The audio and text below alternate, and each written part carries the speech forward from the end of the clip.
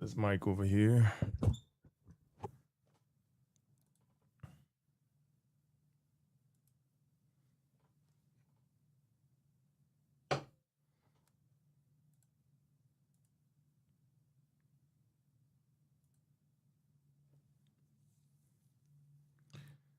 All right, I think we're live here. Twitch. I never go live on Twitch yet. Make I go live on Twitch. All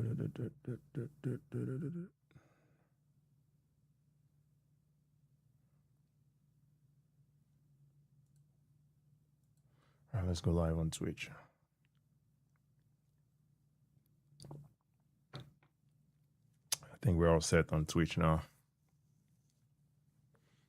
We should be all live, all set here.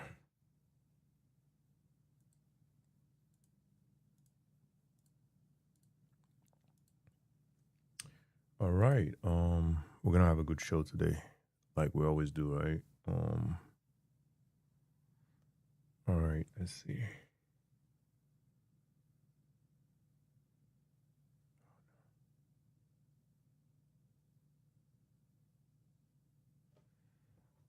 Need to change this title here.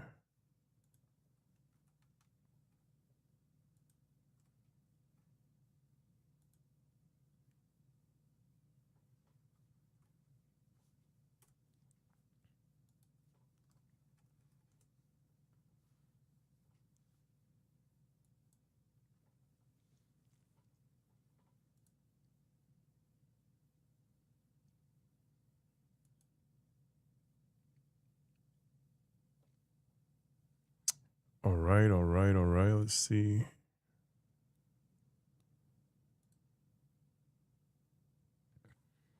Okay, I think we're live on Facebook and YouTube. I don't know if for me.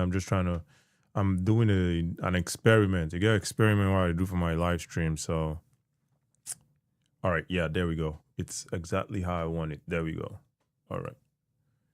You get experiments what I do for my live stream. So, I want to know to for me. So, just making sure everything is working good. So, all right, there we go. It's good. This one is live here. The vertical is live. The other one is live as well. And we have a show. We're going to have a good show today. There we go. YouTube is live. Facebook is live. Salaudin Akinsomi, thank you. Thank you for joining. We're going to have a good show today. How about that? Okay. Listen, man. Hope so everybody to drink water, man. Listen, I have my water here. You know how it goes, right? I have my water. See, I'm not water. What I go say, you don't drink beer. Beer, not the shaking head. Now water. Anyway, listen, drink some water so that your head go calm down. When you come here, we talk right. We don't, no banter, no insult, no shouting, no arguments. You know how it is, right? As we do about the beer parlor every other day, or every time we get the time, right? Every time we get a chance. It's going to be a good show today. Again, my name is Kachi. I'm the host. I'm your host. I'm the host. Anyhow you want to take out, I'm the host or I'm your host. You know, anyhow you want to take out, you know. But I'm the host of the Beer Parlor Show, man. I'm so thankful for you guys always coming here, showing me some love, man. Shout out to you guys, man. I appreciate you guys a lot. If nobody will not, I know they come here every other day or every time, as a matter of fact, you know, to come back here. And especially my TikTok people, man. Shout out to my TikTok people, man. Facebook, show me some love. So I'm going to shout out every other time, you know. Facebook, you need to show me some love, man. Show me some love. And Twitch as well. We're going live. We're live on Twitch now. Let me see if anything is even going on there. But you know, we're gonna keep growing that Twitch channel until we get it to where we need it to be. But for right now, you know, shout out to my TikTok people, because now them they make me they come back here every other time. And my Facebook people as well. I greet you guys, I salute you guys. Thank you guys for all the love, for all the encouragement, for all the hate, you know. Now hate, they make me they come too, you know. The hate too, sometimes they make me they come too, you know. It's all love, man. It's all love. I appreciate everybody. I hope you guys had a good day. We're going to have a good show today again. My name is Kachi, and I'm the host of the Beer Parlor Show. All right, we have a show. Listen, Obi versus Rufai. Where do you disagree? there's been a lot of talks about clips and clips and clips, and for the most part, I can assume, somewhat assume, right? By the way, if you're here, please feel free to hit the like button so that we'll get more people here to join the show. It helps out a lot, so just feel free to hit the like button. I appreciate you guys. I can assume, right, that a lot of people who have a lot of things to say about this interview, they've not taken the time out to go listen to the whole interview. And even if they haven't listened to it with an open mind, right? Listen, now, my name is Nakachi. I'm the host of the Beer Parlor Show. When it comes to, if you're there for corporate, when you come to corporate stuff, you go speak English, they say, let us segue, let us, all those, they are sweet, corporate lingua. But listen, we are Nigerians. We know they too, when it comes to English, you get how they speak our English. Our English is our English. It's not British English, it is Nigerian English for a reason. Obi is an Igbo man. Obi get Igbo accent, And I think that accent, they throw a lot of people off, and they don't want to at least listen to the value that is inside the accent, the Igbo accent, and that voice too. They throw me off sometimes too. But listen, you have to filter all that stuff out and listen to the value, listen to what he has to say with an open mind. Hear the guy out. This is all I have to say. Hear him out. Take a time out. Listen to this interview. Shout out to Rufai. He did a great job on that interview. Shout out to Rufai. He did a great job on the interview. So, it's all love from here, right? But listen, right? It was a good interview, in my opinion. There are some places where I get disagreement with, and that is why we are here today. That is why I'm here today. To talk about it. If you've watched the interview, not just clips of, he talk this, he no talk this. Settle down, watch the interview. It's about an hour, 30 minutes. It's not too much. If they drive, they go somewhere, put them on, before 1 hour, 30 minutes don't pass, you don't listen to them and finish. Then have an objective argument to, on what he said and what he didn't say. How about that? Now, that is what we're going to do today. I've taken the time out. I don't listen to the interview. Typically, before I do a reaction, right, I typically watch at least 2 times. For the most part, on average, I watch at least 3 times before I do a reaction. But this one, I only watched it 1 time because if I make uncle, waiting person they do with time these days, plenty. So, I didn't have the leisure or the leisure of time, to go watch it again and then watch it again to, kind of expand my objectivity on the interview. But overall, I think it was a good interview. I know a lot of people have a lot of pushbacks. That is why we're here today. My number 1 pushback would be on the Nnamdi Kanu and IPOB matter. That would be my number 1 pushback. Any day, anytime. I think Nigerian politicians, for some reason, the vast majority of Nigerian politicians, for some reason, I've not seen any Nigerian politician who holds office have a strong stance on the T group in Nigeria. I've not seen it. I never see. But if anybody knows any politician that has a strong stance, and I don't know why it is, honestly. I don't know if it's because of the older, because all these guys are older, right? Maybe not because we were there young, we see things differently. Like, I don't understand why you don't have a strong stance on the T group with the T Nigeria. It would never make any sense to me. And Obi now has fallen, not has like in recent times, but he is in that group as well. I would love for Obi to have a strong stance when it comes to T group in Nigeria, because that is the only way. I mean, we've seen it in Anambra where he handled the Masop people then, but walking and saying it, you need to do it. They say walk the talk, right? You need to walk it and then talk it. Yes, you've done it before, but say it with your mouth. Say, there is no room for tea in Nigeria. If you want to be a tea, we go treat you like tea. There is no room where there's no world where you will say things like I'm paraphrasing here in Obi's words, right? Paraphrasing, from this interview, where if you want peace, we give you peace. If you want war, we give you war. No, that you're still giving room for peace. We don't want peace with these people. How about the people that they've done all those things to? The families of those people. Why are you wanting to give these people peace? You cannot move forward when it comes to security and insecurity and otherwise, whatever, right? You cannot move forward as a country. No serious country, as a matter of fact, has those kind of sentiments when it comes to people where they tip their people. You can't spy these people. If you catch them, you buy them sharp. There is no, if you want peace, we give you peace. If you want otherwise, no. Call it what it is. Nobody go beat you now, my brother. That is my biggest pushback on that, on this interview. But hey, I don't talk my own. I would love for you guys to come up here and tell me what your disagreement is on this interview. Obi might not be the most eloquent person, but when it comes to the ideas and the things that he plans to do if he becomes president, I don't have any doubt that he's going to execute it. I honestly don't have any doubt, right? I've also seen people say, especially even on the interview, Rufai had a lot of hows. How are you going to do it? Which is very good. How are you going to do it? How are you going to do it? How are you going to do it? Now, I'm not going to sit here and try to answer the how for Obi, or because I don't know what is in his mind, right? I don't know what is in Obi's mind. It would be nice to give some snippets. Absolutely. It would be nice to give some snippet of it. But still, I still don't have any doubt that if he says he will he would produce 10,000 or generate and transmit at least 10,000 megawatts of electricity, I have no doubt.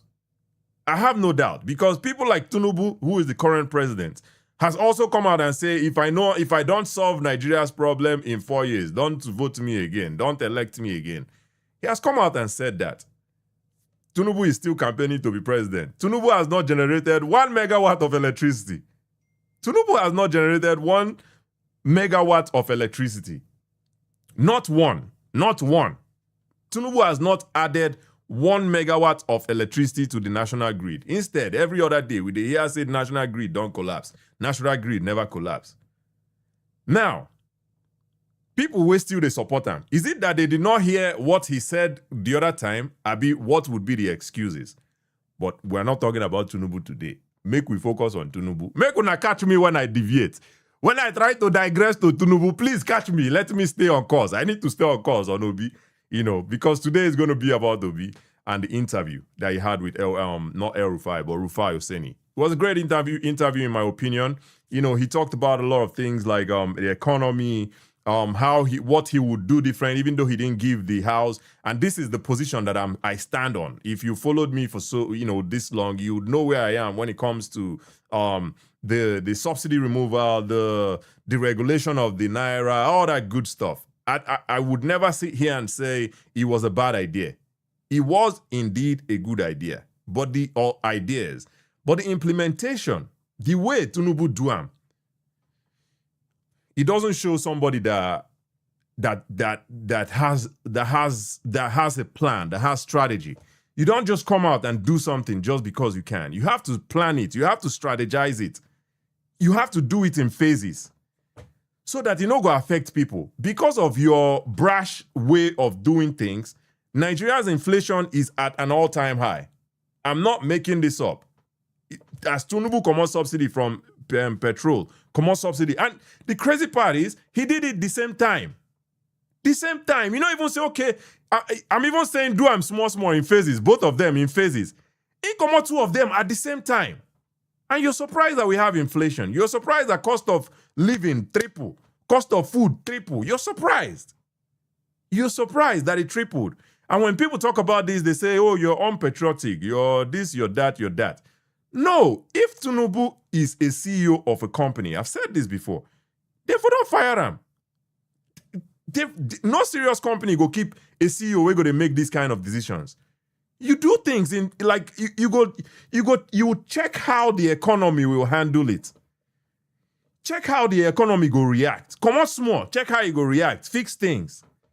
You didn't make plans for manufacturing. You didn't make plans for exportation. You didn't make plans to fix our the refineries that we have. You didn't make plans for anything. You just removed subsidy. And you're surprised. You are surprised that the economy is the way it is. And you still want people to trust you for another 4 years. Why should we trust you? But hey, man, again, I'm deviating to Tinubu. Let us stick to topic and let us keep liking, by the way. Let us keep liking and let me see. I don't know if anybody's requesting just yet, but let me see. Just give me 1 second here. We can't bring anybody just yet. Let's keep liking. We have to hit 5K likes before we bring anybody up. But it's what it is. It's what it is. We're gonna have a good show. We're gonna have a good show today. We're gonna have a good show today. Make una give me 1 second. Make I set some mobile devices up here. Give me a minute. It's gonna be a good show. Absolutely, it's gonna be a good show. Absolutely. And I want to hear people's thoughts, what you disagree on, and we go from there. Make we see what you disagree with Tinubu on, not Tinubu, but Obi on this interview. I'd like to hear, what is this disagreement that kids, and I forgot, I was gonna write on my, I forgot that tag self. I know, I should have done that research. These kids that are still being abducted, they're still there. They're still there with these abductors. But guess what? When there was rumors that there was going to be like a coup in Tinubu's government or something, Tinubu acted immediately. He sacked people when he sacked, replaced people when he replaced. But these are kids. And you cannot sack somebody. Nobody has lost their job. And you're still campaigning for 2027. Kids are not with their parents. It's unbelievable. And people make excuses for these things. But Obi cough, it's a problem. Obi cough is a problem. It's unbelievable. Let us talk about it. Obi versus Rufai. The interview. I don't know if you've watched it. If you've watched it, feel free to not request yet, but let's keep liking. We're gonna get to the requesting part where people can now request and come up and we can have the conversations and know what the disagreement is about. Make I drink some water. All right, make I see the people who are there and shout out some beautiful people that are here. All right. All right, Jeremy, my brother, Jeremy. Mr. Jeremy, thank you for being here. Michael, thank you for being here. Keeping it real with 5'9". Henry Noble, Miles Nice, GSY, Astro Newton, Josie Ade 74, Hola, Onyinye Obinna Iheboro. Miles Nice, GSY. I don't know why this thing is bringing me back here. Anyway. Gorilla Service, Gentle Friend 08, Ras J261, Ray J 1976, Akin Akin, thank you for joining. Oye Wheels, Uncle Sumbu, thank you for joining. .3388, thank you for being here. Victor King, Amalove, Big Daddy, Udopasa, thank you for being here. Bello Osagie.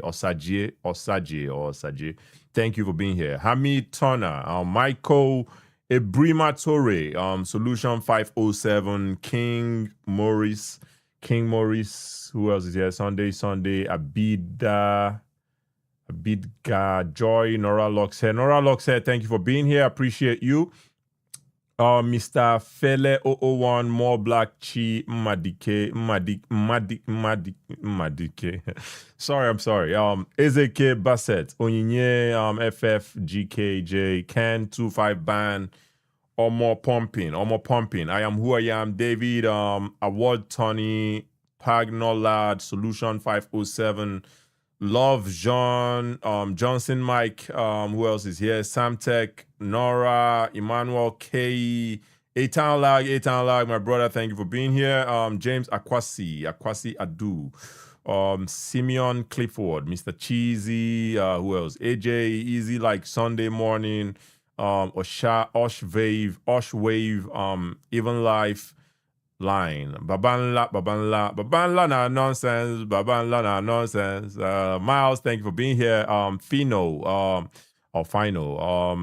Ibrahim Anyas, Solution, and all the other beautiful people that are here as well. Let us talk about it. Let's hear your pushback on Obi's or not pushbacks, I guess, but pretty much your disagreement with the things he said. If you've watched the interview, if you've watched the interview, let us hear your disagreement. What do you disagree with?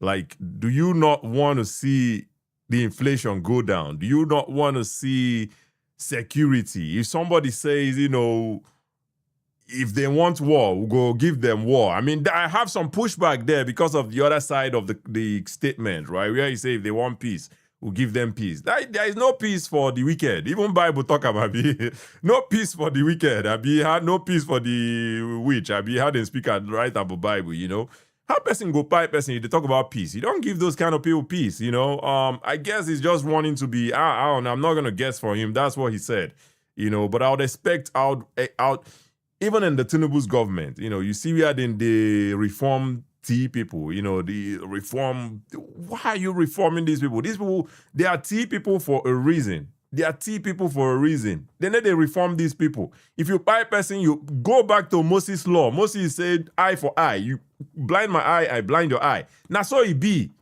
How a person go buy my person, you say you want to reform her. What are you reforming? There is no reformation there. Buy the person. Now so it be. I wish that Nigerian politicians go begin to take strong stance when it comes to things like this, because it hurts. It really hurts. Imagine these people will do this thing for you. Tomorrow night and catch them, you say, oh no, let us reform them. Reform them to what? You don't reform those type of people. You buy them just like Evans. Evans is in prison now. If they don't buy himself, I believe Evans buy people now. They don't buy that one since too. But when we keep giving these soft landing to these people, it doesn't help anybody. It doesn't help anybody. It only brings it. Hey man, it leaves a bad precedence, right? Because people go still feel, say, if I go, highest they catch me, then go reform me now. At least I don't see money chop first. Buy these people so that the next person who won't go do, go think twice. No saying a 50-50. Then think about them well. That is my biggest pushback. And hey, it's what it is. It's what it is. I'm not Peter Obi. I'm not Tinubu. I don't know what is going on in their heads, why they keep making these excuses for these people. But it's what it is. We would like to hear your thoughts, though. So keep liking and sharing. Let's get more people here to join the show. It's going to be a good show. All right. Make we go Facebook, see people where they there. Kanis Andotan from Facebook says, not new that Obi has said, he has not said before, he has just left the shoe and wristwatch aspect part this time around. Oh my goodness. So he has left the shoe and wristwatch part this time around. That means what you're saying is that he's consistent. Consistency is not bad, Nabi. Kanis on Facebook. If he has been consistent, that's not bad, Nabi. If person they tell you say he go do something, last year he tell you the same thing, this year he come tell you the same thing, you should believe that person, if anything, right? Hey man, listen, Adeoshun Wahid, let's see. Adeoshun Wahid says, hey man, it's not S-H-I, it's C-H-I. I don't know if you did that on purpose, but you need to spell my name right. I no go read what you talk, right? Spell my name correctly, and I'll shout you out. Adetona Shola says, Tinubu said, if I did not give you electricity and I did not tell you why, don't vote for me. Okay. What has Tinubu told? What is the why? Okay. Has Tinubu told us why? You that have helped me to complete the statement now. All right. Mr. Daytona Shola on Facebook, tell me the why that Tinubu told us. Tinubu has not even had the decency to address Nigerians. Talking about why. Tinubu no send us now. We talk about why. Tinubu no send us. What is the why? Tell me. I'd like to know the why that he has given us so that I'll get my argument straight, Anyway, you have no, Adeoshun Wahid says, you have no doubt, but how? Obi said he's different, so that's why he should tell us how. No. He doesn't need to tell you how. I'm not going to speak for Obi, but if he says he's not going to tell you how, he's not. It's what it is. When Tinubu was telling us, saying go reduce the purchasing power, people were clapping for him. Tinubu literally said, I'm going to reduce the purchasing power. People were clapping for him. I don't know if that's a positive, if that's something that should be clapped for. But here we are in 2026, right? Purchasing power not even there, not to talk about reduce. Anyway, hey man. All right. Ikenna Truth says you don't know Peter Obi by now. I don't know him, or you tell me. What is he? What who is he? Ikenna Truth. Let's hear it. Let's hear it. Kanis Andotan says question on power was also not good. Okay. What about the power was not good? Let's hear it. Let us hear it. Let us hear what about the power was not so good. Let me see my Facebook, YouTube here. My YouTube people, make una leave some comments if you want to join. That's the only way I can. If you wanna, that's the only way I can shout you out or read your comments. You have to leave some comments or just like so that we can get the show up to other people to come up here and join the show. I think I should leave a pinned chat here. Give me 1 second. Make I leave one pinned chat here. Control C. We had 3.3K likes, by the way, on TikTok. Let's keep liking and hit 5K likes, and we can start bringing guests up here. I see a guest requesting. We can't bring you just yet until we hit 5K likes, so please just tap the screen. It no be gift. I know that I'm not asking for gifts, right? I'm waiting at the ask for a like. Just like, so that we'll go bring more people here to join the show. That's all I'm asking for. Hit the like button. Let's get more people here to join the show.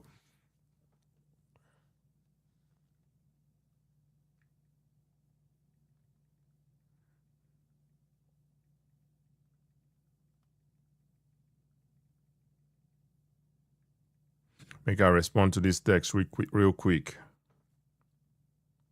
All right. Let me see. I think I pin this message for YouTube. All right. So that YouTube people go know what thing we do. YouTube people, if you'd like to join, feel free to join us on Bia Palo Podcast on TikTok. I mean, if you'd like to leave if you'd like to join, speak, be a guest. Feel free to join us on TikTok at the Bia Palo Podcast so that we can bring you up here. All right, I'll pin this one too for YouTube as well. All right, I think that should be good there. All right, let's keep reading the chat. Let's keep reading the chat here. I can come up. I can. Kanis Andotan, yes, you can, but you have to come over to TikTok on the Bia Palo Podcast. That's the only way we can bring you up. You come over to the Bia Palo Podcast on TikTok, and then we can bring you up here. Otherwise, we can't bring you up from Facebook or YouTube. All right, let's see. All right, let's keep reading some chats here. Dimeji at Debanjo, thank you so much. Kanis says the part of giving you 24 light hours is on course because the descent. Come on now, Tinubu saying will give us 24 hours, but Tinubu has not generated 1 megawatt, 1 kilowatt of electricity. But guess what? He did. In do solar panel for Aso Rock. You can imagine, right? You don't solve electricity problem, but you make sure, say, where you they live for Abuja gets constant light. Isn't that something? Though? That's a good strategy. That's why he's the strategy king, a master strategist. Shout out to Tinubu, man. Shout out to Tinubu, man. That's why he's the master strategist, right? He no give anybody electricity. He do solar plant, a big panel for Aso Rock, so that you go to enjoy electricity first. Then you guys can sort it out yourselves, It's what it is, man. Very interesting. But we're going to have a good show today. Let's keep liking and sharing here and get more people here to join the show. We're at 4.7K likes. Una, thank you. Let's keep liking. Almost there at 5K likes, and then we can start bringing our guests up here. Hey, I think, in my opinion, the interview by, what's his name now? Rufai. I think it was a good interview. My only pushback, why here, would be on the T group for Nigeria. Nigerian politicians need to have a strong stance when it comes to people where they see our people where they buy Nigerians. You need to have a strong stance. There's nothing like negotiation. There's nothing like negotiation when it comes to tea. Then they buy them. Then they buy tea people. If you come out this life, say you want BT, then buy you. Now, what think government is supposed to do with that? It's not about negotiation. They are not our brothers. Our brother need to kill us. Your brother need to buy you. Your sister need to buy you. Your neighbor need to buy you. These people are T, not T then B. Buy them. Buy them. There's nothing like negotiation. There's nothing like if you want peace, I give you peace. No. I mean, I'm not going to sit here and try to make excuses for the man, right? For B, but I can imagine what he meant by if you want peace. Like if you no find us trouble, we'll not go find you trouble. I believe that's kind of what he means. But you don't need to twist. You need to say it exactly how you mean it, so that nobody could misinterpret them. Say it exactly how it is. There's no room for tea in Nigeria. If you do tea work, if you say your work not tea work, they buy you. Now so it be. Anyway, we just hit 5K likes. We just hit 5K likes. Akiyomaki say you don't reach 5K. My brother, we don't reach 5K. Thank you, man. Thank you. We have 5.2K likes, but let's not stop liking. Let's keep liking. Let's hit 10K likes and get more people here to join the show. All right, we'll have a show. Let's get our first guest up here. A-Town Lag, Mr. A-Town Lag.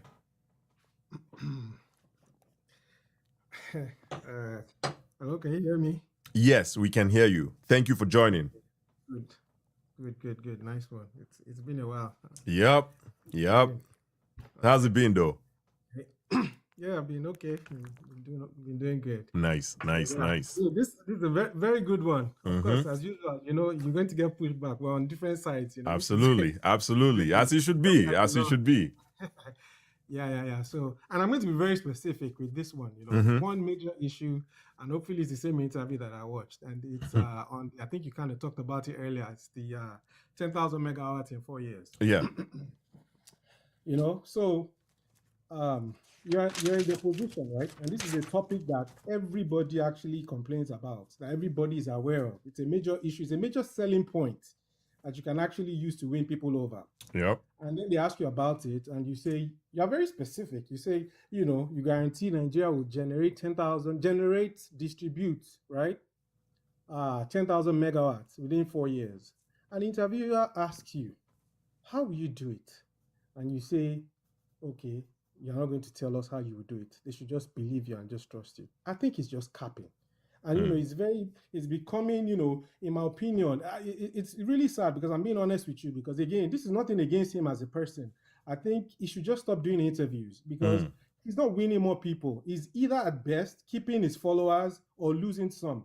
He's not winning more. And in order to win an election, especially with what you're dealing with, incumbent in Nigeria, you don't want to lose any votes. You want to get more votes and make people believe that you know what you're doing. This idea that, don't worry, if you're in an interview and they ask you what are your strengths and your weaknesses, and you say, I don't have any weaknesses, they'll just look at you, okay, thank you for your time and everything. You have to be able to come with specifics. Power is not a hidden secret. Yeah. You have to, and you're the one that's been talking about this thing. You talk about Egypt and all these things. You said you went to Egypt. You have all these ideas. Let me tell you, if he came in that interview and said, look, here's what we're going to do. We're going to build on what the government has currently done, with, decentralizing power where states can generate, blah, blah, blah. Even use examples of states currently doing it and show exactly how you would empower states and private sector participation. Put people like Davido's father and all this kind of, talk about specifics, even the private sector, which is what drives our nation, will be listening. They are the ones that fund campaigns. They're the ones that will say, look at this guy with ideas. Man, this guy's coming with ideas. I'm going to make money. If I get into power sector, I'm going to do this. Right now, everybody knows, based on what this current government is on, I don't want to sound like I'm, talking about this government, where, if you don't generate up to, 1 megawatt or something, you can sell it. You don't have to get a license. Things like that. This is public knowledge. You can expatiate on it. So him saying, don't worry, I think he's just capping, and I was completely disappointed. Now, same thing with security. I've done it before. Don't worry. What are you hiding? This is the opportunity to do better than the current government and show them that you're well prepared, right? You didn't win the last time, and now elections are coming again. You should show that, look, now we are prepared. You guys didn't vote for me. See what you're missing. Tell me what I'm missing by not voting you in 2023. That's what I should have heard from that interview. All I just heard is somebody that is we'll just do it when we get there. And it scares me because I feel like he gets there and we're doing trial and error. We are at the stage where we do not want trial and error. Now, you might say the current government is not performing well, and I agree. There's room for improvement. We're not being. I can't be unrealistic and tell you that Nigeria is like perfect, that everything is going good. No, they're doing something. Maybe it's not the best, but they're doing something that we need somebody to build on. We don't want somebody that's going to come in and trial and error and potentially even throw us back into the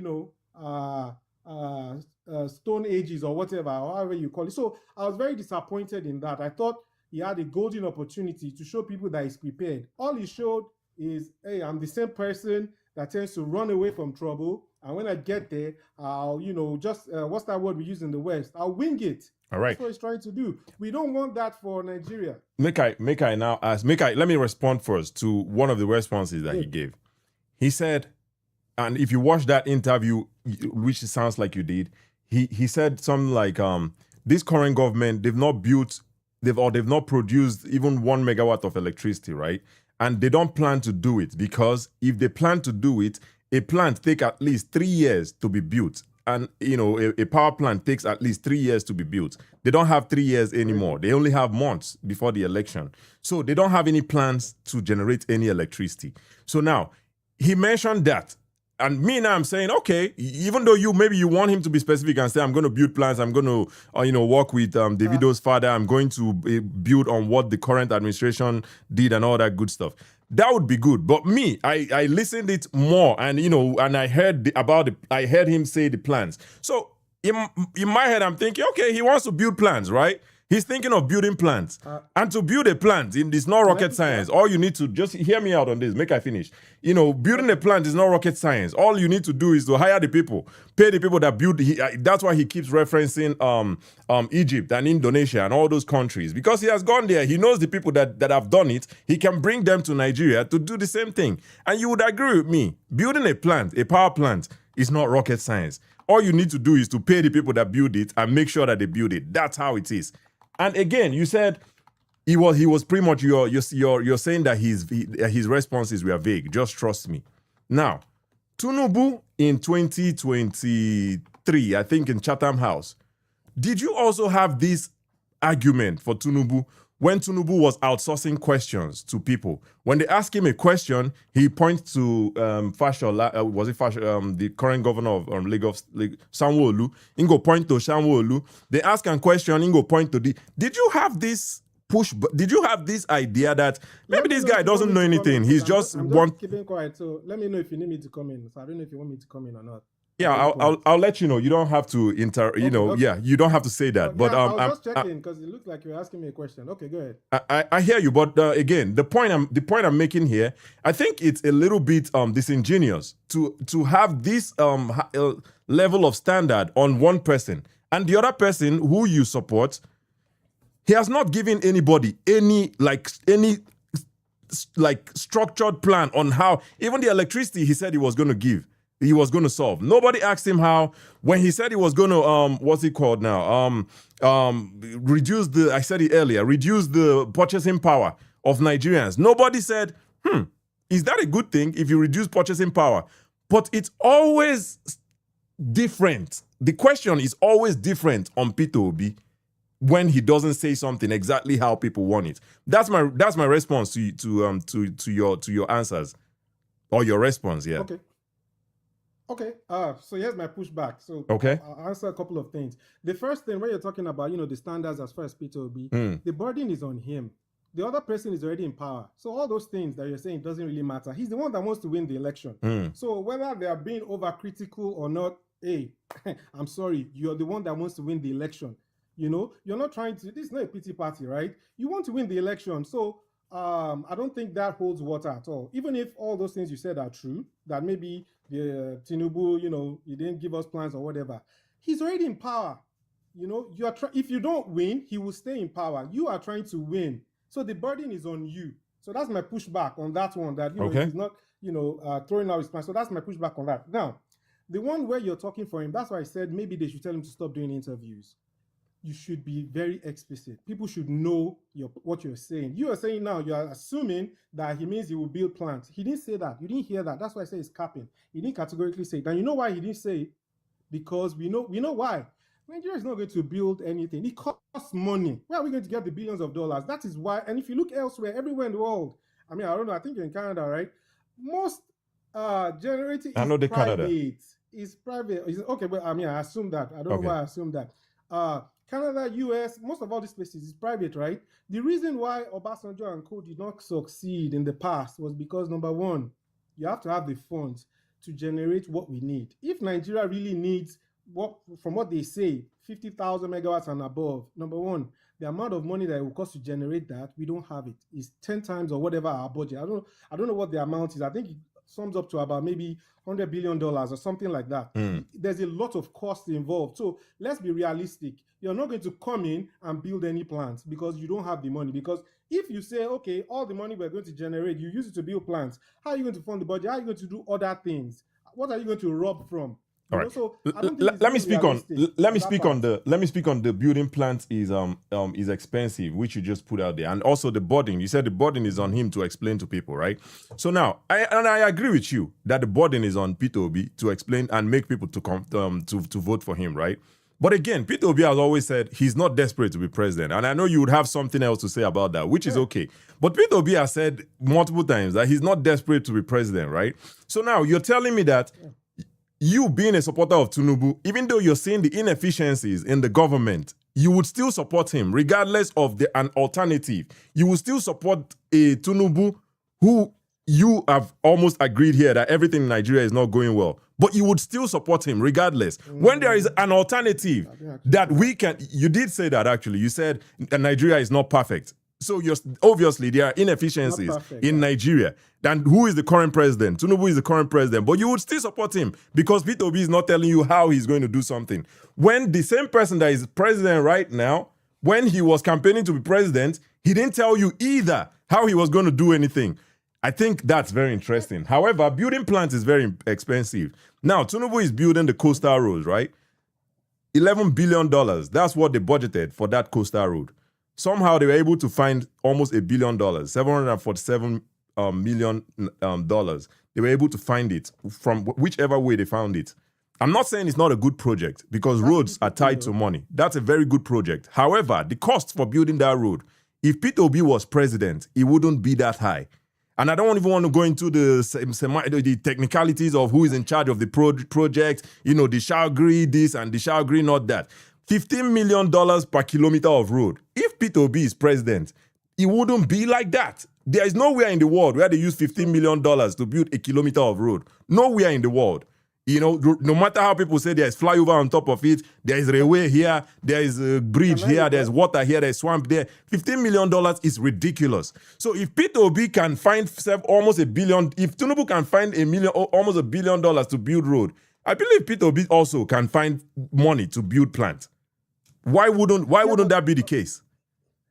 I didn't want to interrupt, but so that I don't forget. $1 billion. You're saying $1 billion. You see, I carry pencil, right, Mr. Ethan? Like you see, I carry pencil, right? Now, so that I don't go interrupt you, I go let you make a few points, and then I go use waiting you don't talk, then talk. So you can grab a pencil or use your laptop and just type down, the points, so that we go get good conversation. Yeah. Okay, go ahead. Okay, all right. Okay, so you said $1 billion, right? $1 billion is going to do what? What's that going to do in terms of megawatts? It's not going to generate anything that we need. We're talking tens of billions. Not $1 billion is not going to do anything. That is not true. A megawatt is about 10. To produce a megawatt is about $10 million. About $10 million. Produce what? A megawatt, like to produce a megawatt of electricity, the plant, it costs about $10 million. So $1 billion goes a long way. Okay. Yeah, but so look at how many megawatts is that, and how much do we need? Hey Siri, what is 1 billion divided by 10 million? 100. That is 100 megawatts. That's something. Tinubu has not generated one. Okay, so what? Yeah, and I'm getting to a point here. 100 megawatts is something. Tinubu has not generated one. Okay. So, Kachi, hear me out. Nigeria needs. He's saying we'll generate 10,000. So let's put it into perspective. Not even what we need, right? 10,000. Mm-hmm. Ideally, we need upwards of 50K. So let's even say it's 10,000 that we need. Using the metric you just put out, how much you think that's going to run us?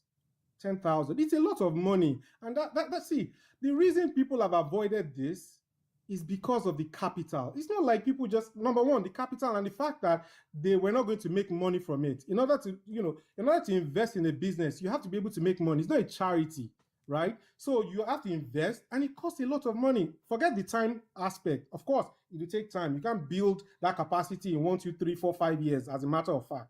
But it costs money. It's a lot of money. And that's why specifics will be nice. It's not just saying, I'm going to do it magically. The reason he can't give specifics is because we know it's not realistic. Because he knows if he gives specifics, people will break it down and say, look, this is not realistic. Where are you going to get the money from? That is the big issue here. I'm going to come in here. More than our budget. I'm going to come in here. What you think is realistic is not realistic. To another person, it is realistic. All you have to do is try. That's why there are private partnerships. Because that's why there are private partnerships. If someone like Dangote invests, if someone like Davido's father that you also said invest in it, then Dangote wouldn't be worried about building his own power. Dangote now has his own power plant because obviously he can. I mean, which is a good thing, by the way, for his company and all that, right? We have rich people in Nigeria that can invest in this thing. So stop saying it's not realistic. It's you that is not seeing the way it can be realistic.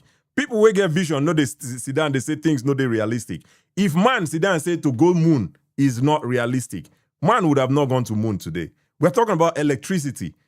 Electricity was generated by Shena Faraday donkey years ago. And in Nigeria in 2026, we say it's not realistic. I don't know. That kind of mentality doesn't help us. Can I come in? What I said is not realistic is being able to build with our funds. Obviously, private participation is, which they're already doing right now. The Dangote you're talking about intends to do 20K. You can, check that and find out as well. But my point still remains. It's not a charity. And if you're even talking about this PPP, again, you are giving specifics. He can also do that, but he did not do that. You're giving specifics. If he's going to say PPP, which they're already doing, he can also talk about it. These same private people that he will work with, are they not here right now? He can give us the specifics because, look, it costs a lot of money and talk is cheap when it gets to it. Now, we have to applaud Buhari first and foremost because all these things started with Buhari, right? This move, removing electricity from exclusive to concurrent now, with Tinubu making it, feasible and all that. But let's give kudos to Buhari. I like being objective. But those are the kind of things he can talk about and say, I'm going to build on these things. People can now generate. States can now generate. I have partners that, we're going to bring in. And most importantly, he needs to talk about what it will cost. Because if people come in, spend all this money, and they generate, if they're not able to make their money back, because they'll do feasibility studies. If I'm not going to make a profit, why would I do it? Look at Dangote when everybody's saying he's refinery, see how long it took, and it's pegging it at 1,005 or whatever it is, right? Some people will say, hey, you can make petrol 200 naira. He has to make his money back. He borrowed in dollars. He has to make it back, pay back in dollars. So he needs to, and again, I'm objective. It's not like nothing against Peter. I'm just saying, and I understand. I know you're a supporter. Nothing's going to change that. What I'm saying is the burden is on him. You need to win more voters. Everybody's already saying that this is a slam dunk for Tinubu. And you have an opportunity. That is not correct. Win more voters. Saying it's a slam dunk for Tinubu is not correct. No, the people that are saying people say that. No, I'm saying from his own perspective that you're hearing people say that. So I don't know. I've not heard people say that it's a slam dunk for Tinubu because if Nigerians were not feeling the brunt of Tinubu's policy, the policies in general they are good, but the way he implemented them has made inflation to go all-time high in Nigeria. So Nigerians are feeling this thing. Nigerians are feeling the brunt of Tinubu's policy every day. And you tell me that it's a slam dunk for Tinubu. Let me rephrase. I don't know. Let me rephrase. I guess time will tell. Space. Yeah. Let me rephrase. The Nigerian political space. Everybody that knows anything about politics, whether it's by using their APC strategy or whatever, they are saying more likely, the odds are in his favor. That's what I mean. That is not correct. If that's not correct. Because the APC strategy, I don't know what that strategy looks like, but it's people that are going to vote. Unless you're talking about some other strategy that I don't know. But now people go on that election day, vote. The people that will vote are the people that are feeling the economy. Let me give you what I'm talking about. Again, you might not believe it. Now, APC will tell you they have registered voters, 10 million or whatever, in their this thing. Look at the other parties. Look at their registered voters: 1 million, 2 million, 3 million. They're telling you they have the numbers. You might not like it, you might not believe it, but they say, and these numbers are based on NIN registrations. They're saying they have 10. No, is it 10 or 13? I don't. You can fact check. You can check the actual number. Okay. I think it was 10 at one point. But between 10 and 13, registered real NIN registered voters. Those are party members. Now, maybe all of them will vote, maybe they won't. But that's what I'm saying. Like, they know what they are doing. It might not be true, it might not be right. But are you saying that the 10 or 13 million you're referring to, is it after these primaries they had that we all saw how they were counting it? Is it that number that you're referring to, the number that Tinubu won with? After, because before that, they registered 10 million people even before the primaries, which they used NIN. I don't know about that one you're talking about, but I know that the APC came out and said something, or Tinubu won with 10 million votes or so in the primaries. If not that one, I don't know, because all of us still saw how they counted it. That one was more. I'm talking about when they register, but let's not, dwell. All right. I'm just telling you. Fair enough. Where that perception is coming from, right? Fair enough. Make we move the conversation from electricity. Was there any other thing in the interview that you disagreed with? Before we move forward. It's almost on the same point with security. He said the same thing. I see.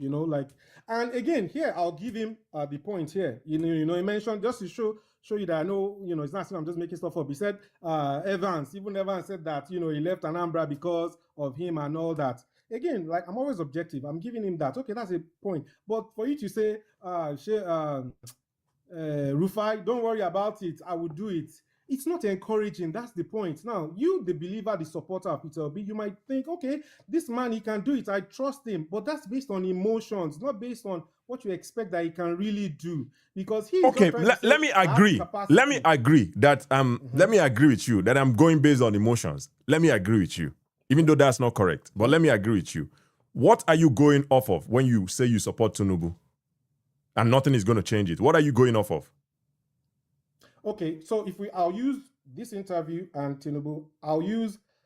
Based on this interview, I see somebody that I don't think can do better than what I currently have.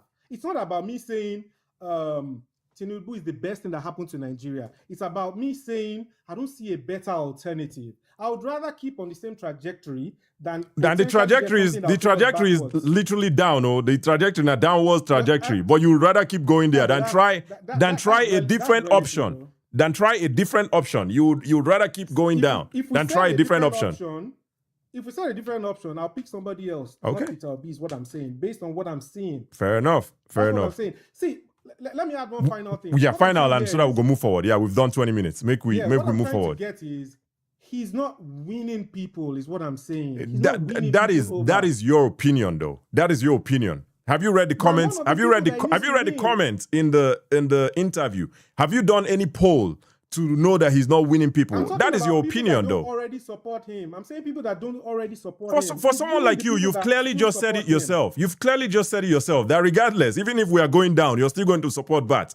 You just said that yourself. So there is no winning you. There's no winning you. No, I didn't say that. No, you just said it, my brother. You said it. It's a live show. What I said was, let me clarify so you don't, have a misconception. Okay, go ahead then. What I'm saying is, I would rather keep what we have than potentially put somebody that will take us back. And I said that trajectory is literally taking us down. Our inflation is at an all-time high. That means even if we are going down, our inflation is at an all-time high. They've removed subsidies from it's over 50% right now. Debt to GDP ratio is over 50% as well.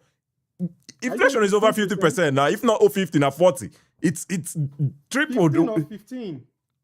All right, make I check them while we're live.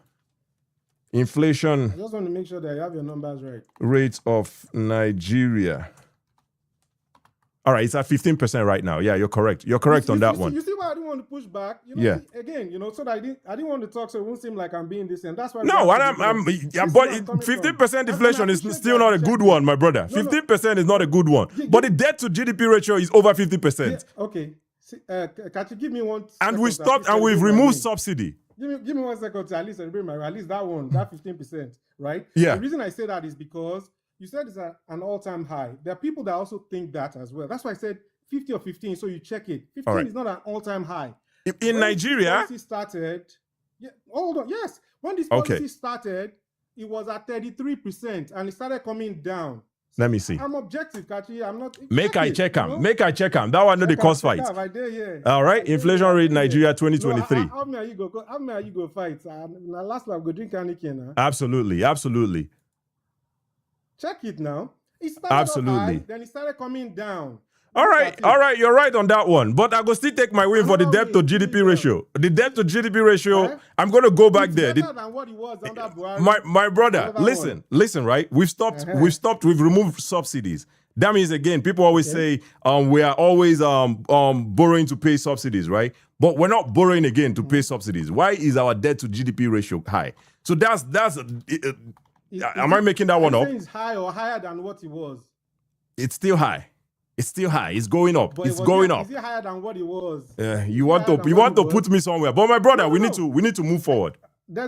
Okay, good. We need to move forward. We had a lot of time because I'll show you that. We did have a lot of time. It's 24. We've done 24 minutes. Isn't that a lot of time? That's okay now. You don't tell me I don't talk now. That's 24 minutes. Let's get somebody else up here. Let's be fair so somebody else can come in. Absolutely. Let me round up, So just absolutely. So everybody that's just coming in, I want to be very clear. And again, you might not believe it. Like I've always told you, I support Tinubu. But if I see somebody that is better, I'm not a blind supporter. The metrics that I look at, and some people don't have those metrics. That's why people are confused. Look at the inflation you're talking about, debt to GDP and all these things. Those are things I look at. Okay. And it portrays a different picture when you really look at it compared to where we're coming from. So, but for Peter Obi, and I'm hoping, his followers or him will hear this, because in my own opinion, I want the election to be competitive. I don't want it to be a slam dunk. I don't want it to be one way. He needs to win more people. He cannot win based on just your followers. Give people a reason to leave Tinubu's camp and say, look, I've seen the light. This man is a person that is going to take us to that next level. Don't tell them, when I get there, I'll do something. That will only make people think, okay. My brother, A-Town, like, we need to move forward. And again, I'll just say the same thing that I've said earlier. For people like you, there is literally nothing that P2B will say or do that will change your mind. Literally, you've proved it here. The debt to GDP ratio is at an all-time high. Inflation still day high, even if no be all-time high. It's still very. Hear me out though. Hear me out. Okay, debt to GDP ratio is high. Even though it's lower. Even though we stopped borrowing, it's still high. It's still going high. Even though we stopped borrowing, according. All right, you keep interrupting me. Maybe because you don't want to hear the truth, right? I don't know why you keep interrupting me. But the point is, people like you, there is no changing. There's no changing your mind for people like you. So there's nothing P2B will say that will stop you from that will stop you from supporting who you're supporting, which is okay. That's what election be. People will always vote for one person. People will also vote for the other person. But for you to sit here and say that he's not convincing you, he's never going to convince you. That's okay. You see what I'm saying, right? But make we move forward, Mr. A-Town. Like, I get you, but I just want to correct that opinion that he can't change me, because again, the things like, I just want to correct that debt to GDP. Go and research it, right? It's not all-time high. It's actually lower. And the reason I'm insisting on this is because these are the metrics that I look at. All right, A-Town, like, I need to move forward. We don't enter 27 minutes, almost 30 minutes. Make we move forward. For your own sake. All right, I will. And research it. Absolutely, and thank you for pointing that out. And also, thank you for calling me out on the inflation rate as well. Thank you so much. No wala. No. All right. You still owe me my Heineken regardless. Absolutely. Thank you. No wala. All right. All right, Mick, we'll bring our next guest here. Mr. Jamie, thank you for joining. Long time, Kachi. Long time no see. How have you been, my brother? Thank you for joining. We can't complain. Even if we do, nobody will listen. Absolutely. Yeah. So, I listened to the engagement you had with the last guest. Yep. As a matter of fact, because I would have expected, I expect people from, like I always come here and declare I don't really have a dog in the fight. That does not mean that I'm not taking notice of what the aspirants, the engagement, the levels of engagement they've had with the Nigerian public. Strictly on this prompt, I did not watch the entire interview. possibly the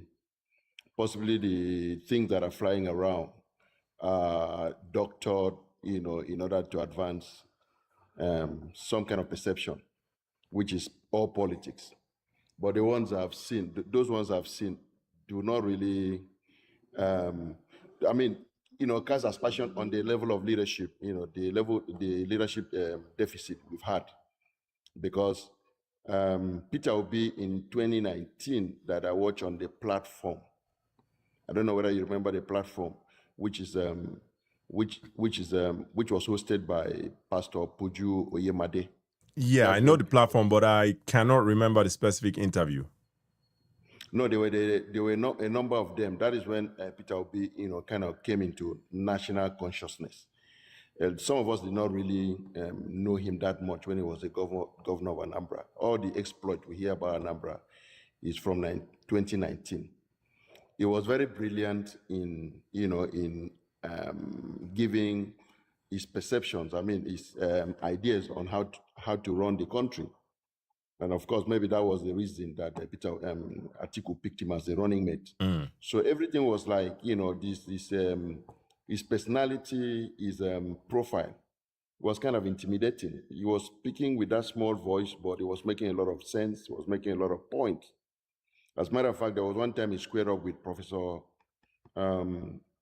Osibanjo. And then Osibanjo is equally brilliant, but he had his back against the wall because he was working for a government that was underperforming. So I'm just giving from that perspective. That is the kind of respect I had for Peter Obi, as a candidate. And then throwing his hat into the race, one would have expected a lot more than what Tinubu is offering. A lot more. That is why you see most of the assessment when they assess him, they don't assess him as they assess Tinubu. It means that I'm not talking about Tinubu supporters now. Those of us who have been on the fringe or who have been, on the fence, so to say, undecided, it will be a little bit disappointing to see him fall into the category of the Tinubus of this world, because he was not facing up with Mehdi Hassan. He was not facing up with Joe Rogan. He went to Rufai. Rufai gave him softballs. Yeah. Rufai was not aggressive. He wasn't the kind of Rufai we were seeing with the ambassador of Israel when he was always putting it to you, was putting, what does he always say? Empirical facts. He was very respectful. He sat down with Peter Obi. Peter was tapping him on the shoulder to make his point, which did not even amount to a point. Yeah. Now, the point is, if we are tired with what is going on, and then you want to give something different. For instance, let's talk about insecurity. You don't want to come and tell me when you get there. So how are you going to do it? Tinubu even said the other time that he's going to employ 50 million youths, do this and that, just like a wave of hand.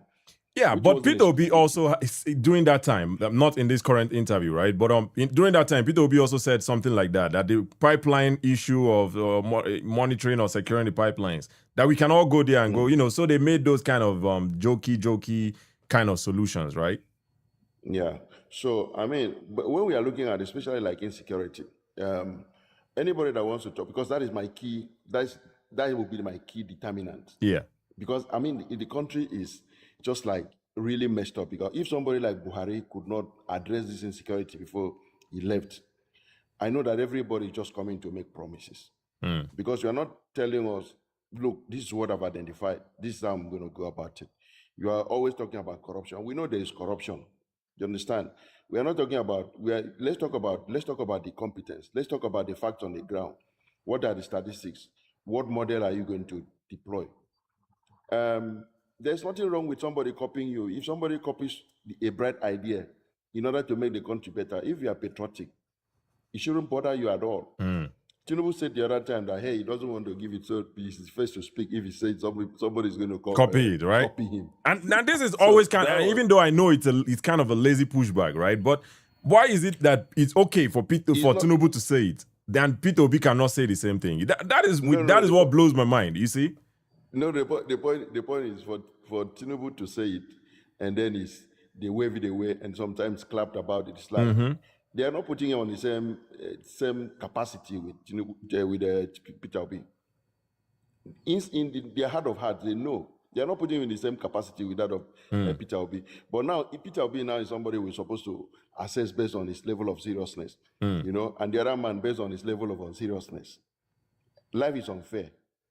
The same thing, you know, every time I talk with you, I'm always making comparison. Yeah. But I'm not going to make this one so that they are not going to flag us. There are certain leaders, once they open their mouth, they can say all manners of garbage. Nobody's going to judge them by what they say. But if you are a bit decent, if you have, you are on the decency scale. Yeah. You've been decent all your life. If you say something like it's a misspeak, they're going to make a mountain, you know, out of that. That is what is happening to Peter Obi. And then he should know better. If you go for interview, for God's sake, there are some issues. If you like, I mean, I'm not somebody like Rufai. They can have, there's a way he can come out of that interview looking better, not like throwing himself on the same. Because people who were not really hard soul on him will say, okay, we are having the same option. Yeah. You can't tell us that you want to give solution about a particular issue after you have visited all the states. Who does that? You understand? It doesn't really show seriousness that, hey, now you know that there is a problem. We have been analyzing it. You have been at every point, because that is the platform Rufai gave him. You have been criticizing. You have been looking at what is not good. Exactly what are you going to do differently? It's a softball question. All you have to do, even if you are capping about it, you should be able to have something that is logical. You should have a logical presentation. This is my mindset. This is how I'm going to do it. This is not the whole. I mean, details will still be worked out, but we are going to work within the social framework. You understand? There is nothing wrong with that. We are asking for something that is different. We are not asking for a continuation of what we have. Because if it's a continuation of what we have, why are we making the change? I think that is the opportunity he may have lost to undecided voters. Because at every point in time, they want to, the barometer for assessing him is higher, which is supposed to be an advantage. Of course, it's an advantage. I mean, if you look, if we cannot tell us they employ 50 million youths, and then we just laugh about it and clap it. You understand? You know. So I know that leaders misspeak. You understand? So we can understand, but it should be one-off. Not that every turn you are going, you are quoting statistics. If you are pinned down, you now say, hey, people should believe what you say. We believe Tinubu, and it's not working. Why would you believe the next person? Yeah. We believe Buhari. Buhari was body language. The body language failed us eventually. Yeah. You understand? And I mean, I was very heartbroken when Buhari could not solve insecurity In Nigeria, because that is supposed to be his terrain. That is supposed to be its terrain. So all this one we are talking about now, incidents are happening, pockets of incidents everywhere. Yeah. And then you say, I declare state of emergency. I ask social people to relocate to that area, and it's not producing, it's not giving us results. We are not talking about collaboration that other countries have offered to do. How is it working and all that. I mean, the country is in dire need for rescue operation. Anybody that wants to offer himself to that, to do that, must at every point in time be serious. It should not fall into the level of the people we are trying to, flush out of the system. Yeah. That is the only way I want to fault that interview. I want to look at the entire interview, which I've not watched. Yeah, you should.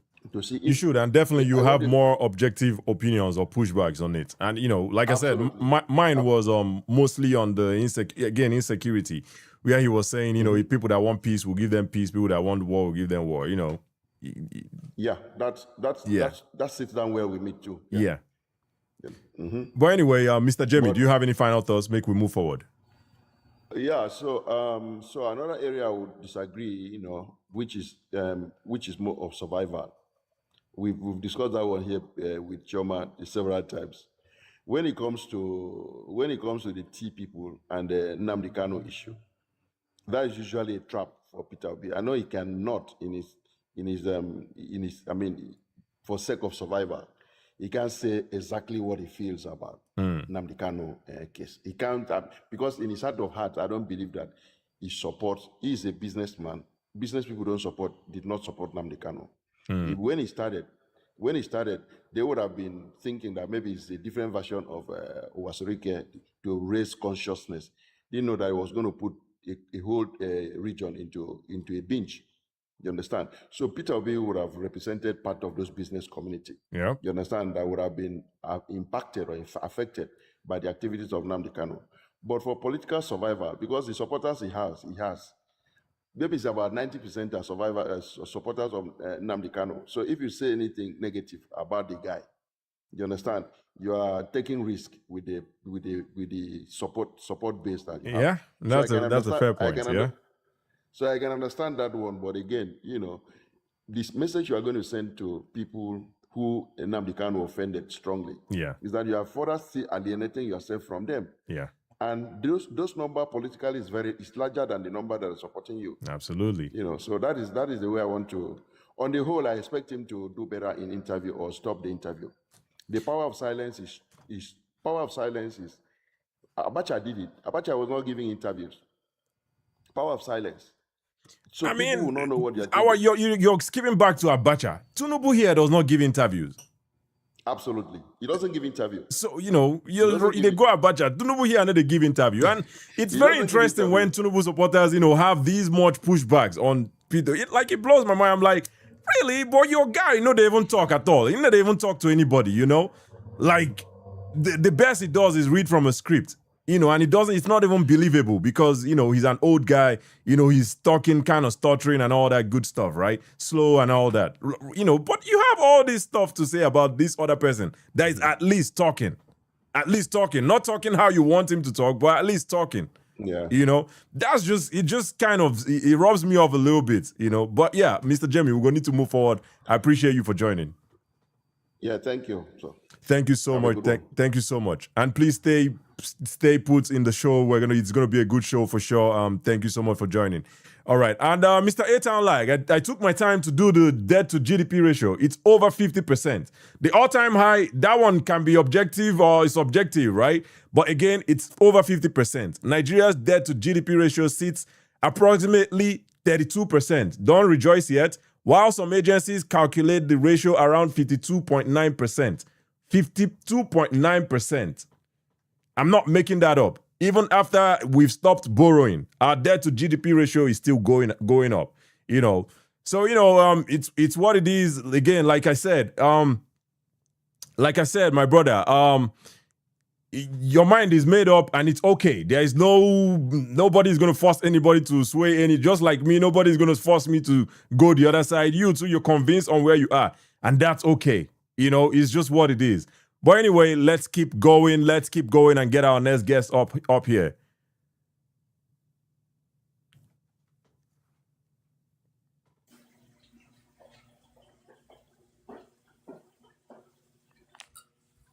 All right. Ifeanyi A255 552. Thank you for joining. Yeah, my brother. How you doing? I'm doing good. Did you watch the Obi's interview with Rufai? Yes, I did. Actually, I'm at work, but I'm just gonna be brief. Okay. What do you disagree with? What was your disagreement? I just want to give a little light on what the two last speakers just said. Okay. Now, let us remember that Peter Obi has been a governor, and while governing Anambra State, he was receiving security details. Ask anybody who is really, really into security will tell you that you cannot just come out on the public and telling people how you're going to fight your enemy. It doesn't work that way. No country does that. All right, Mr. Ifeanyi, now disagreements what they do today. Now people will want to argue with the interview. Now we want to talk about today. I'm coming. Let me tell you my own disagreement. All right, let's hear it. My own disagreement with Peter Obi is this.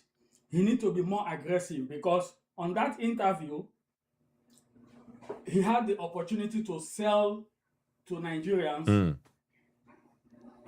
what we need to hear. Because I believe politics in Nigeria is what people want to hear.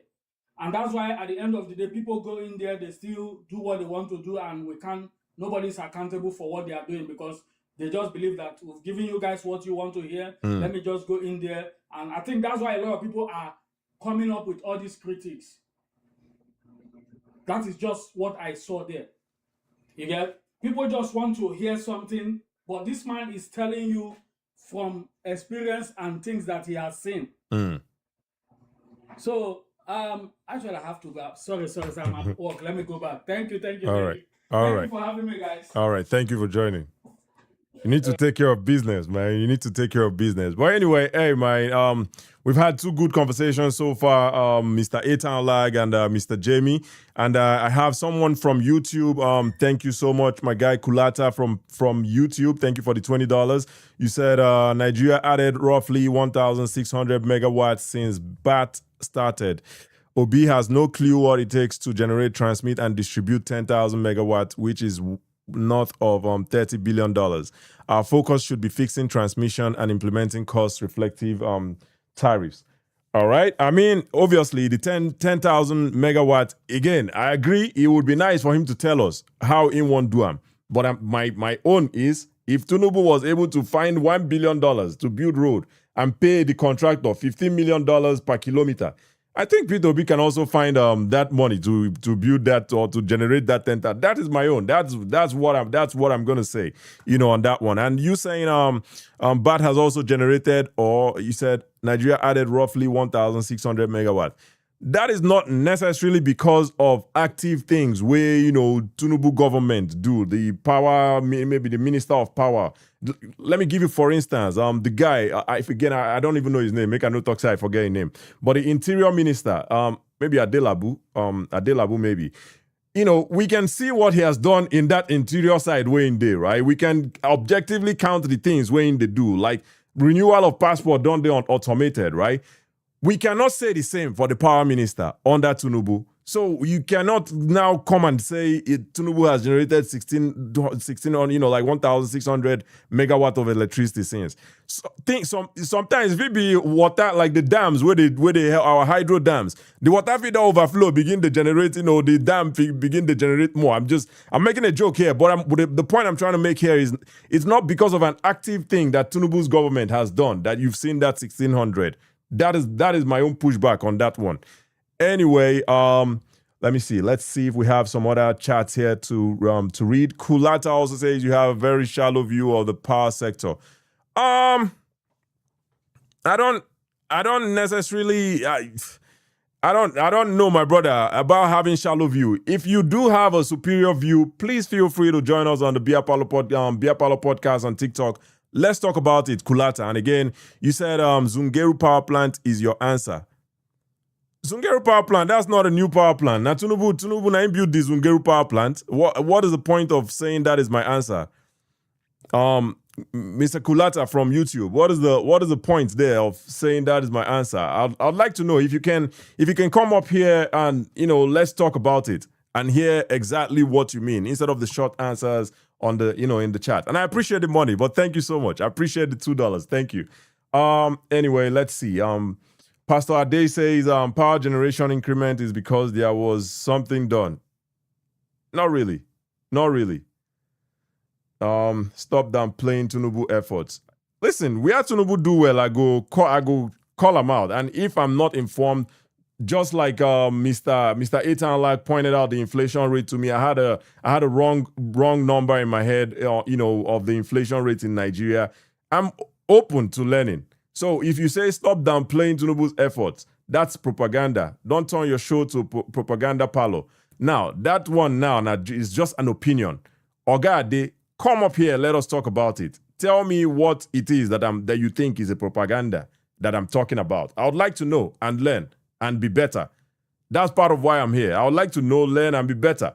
Now when Mr. Etan Lag, don't teach me, don't school me on the inflation, right? Am I going to make that mistake again? So you too, come up here and school me. How about that? Instead of writing in the chat about propaganda, not propaganda. Is inflation high in Nigeria? Yes. Is it related to the policies that Tinubu did? Yes. Directly related. I'm not making this up. How is that propaganda? there are better ways he could have done this subsidy removal, both on the fuel side and on the dollar side. There are better ways they could have done it. The easiest way would have been to do one first. That would be the simplest way. And check out how the economy is going to react. That's the simplest way. But he did both of them at the same time. And you say now propaganda. How is that propaganda? Anyway, quantity surveying made 2014. Bring me up, make an ad mod, please. There's a request button somewhere. You can click on the request button and we'll bring you up. I believe the request button is somewhere on the screen. Is it not? If the request button is not showing, there are two, you go see two heads weighted beside the comment section thing. Just click on it. You go see two heads weighted on the side of the comment section thing. Click on them, you go see request, and then I can bring you up from there.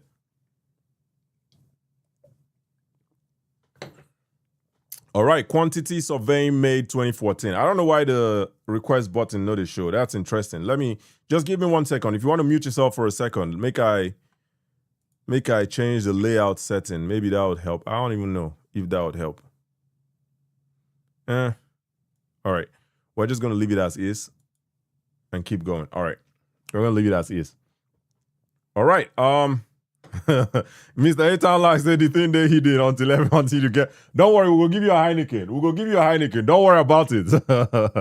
All right, Mr. Quantity Surveying made 2014. If you want to tell me a name I can address you with, I can address you by, please. Okay. Good morning, Kachi. Good morning. Please give me a name I can address you as, please. My please. name is Canis. Canis. All right. You're from Facebook? Yes, yes. All right. Canis from Facebook. Thank you so much, Mr. Canis, for joining. I appreciate you. Yeah, well, thank you very much. All right. I did watch the interview snippets. That's not fully. So at some point I'll watch some, then I'll leave it and I'll come back and I'll watch and all of that.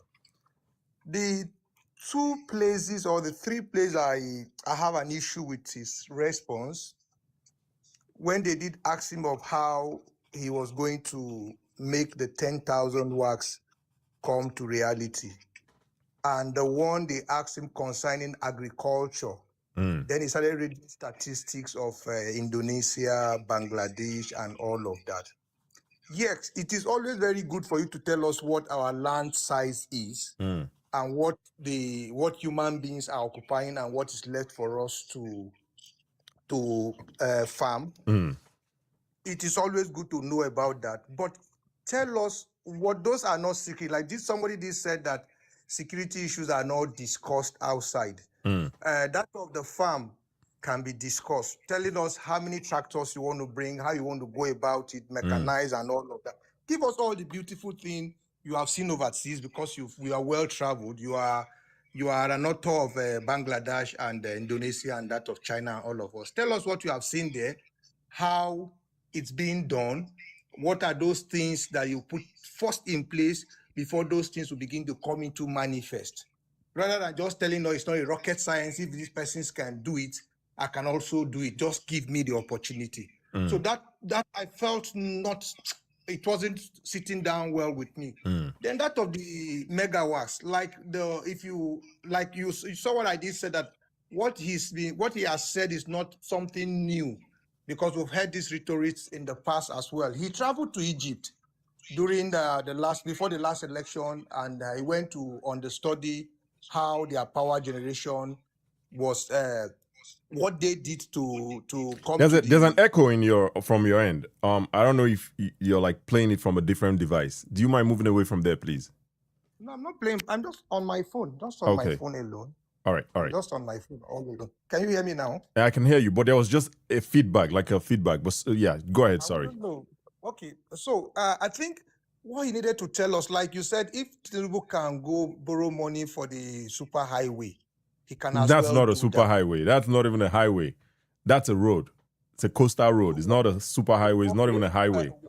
Okay, it's a coastal road, whatever we want to call it. It's a road. Even the super highway is a road as well, whatever it is. So all our roads, it is vehicles that will apply whatever, whether super or coastal or whatever.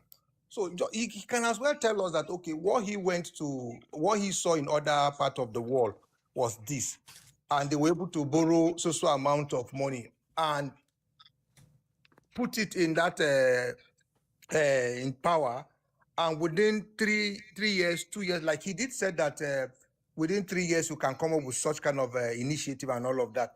Rather than just telling us that it's not a rocket science and all of that. Like for the security, I know that it's something that really borders on everybody. Everybody is concerned about the security of this nation. The same Western world that we often make reference to. Sometimes I try as much as possible to be objective because my dad was a soldier for the Civil War. I know what it is for somebody to be a soldier, and I know what they go through.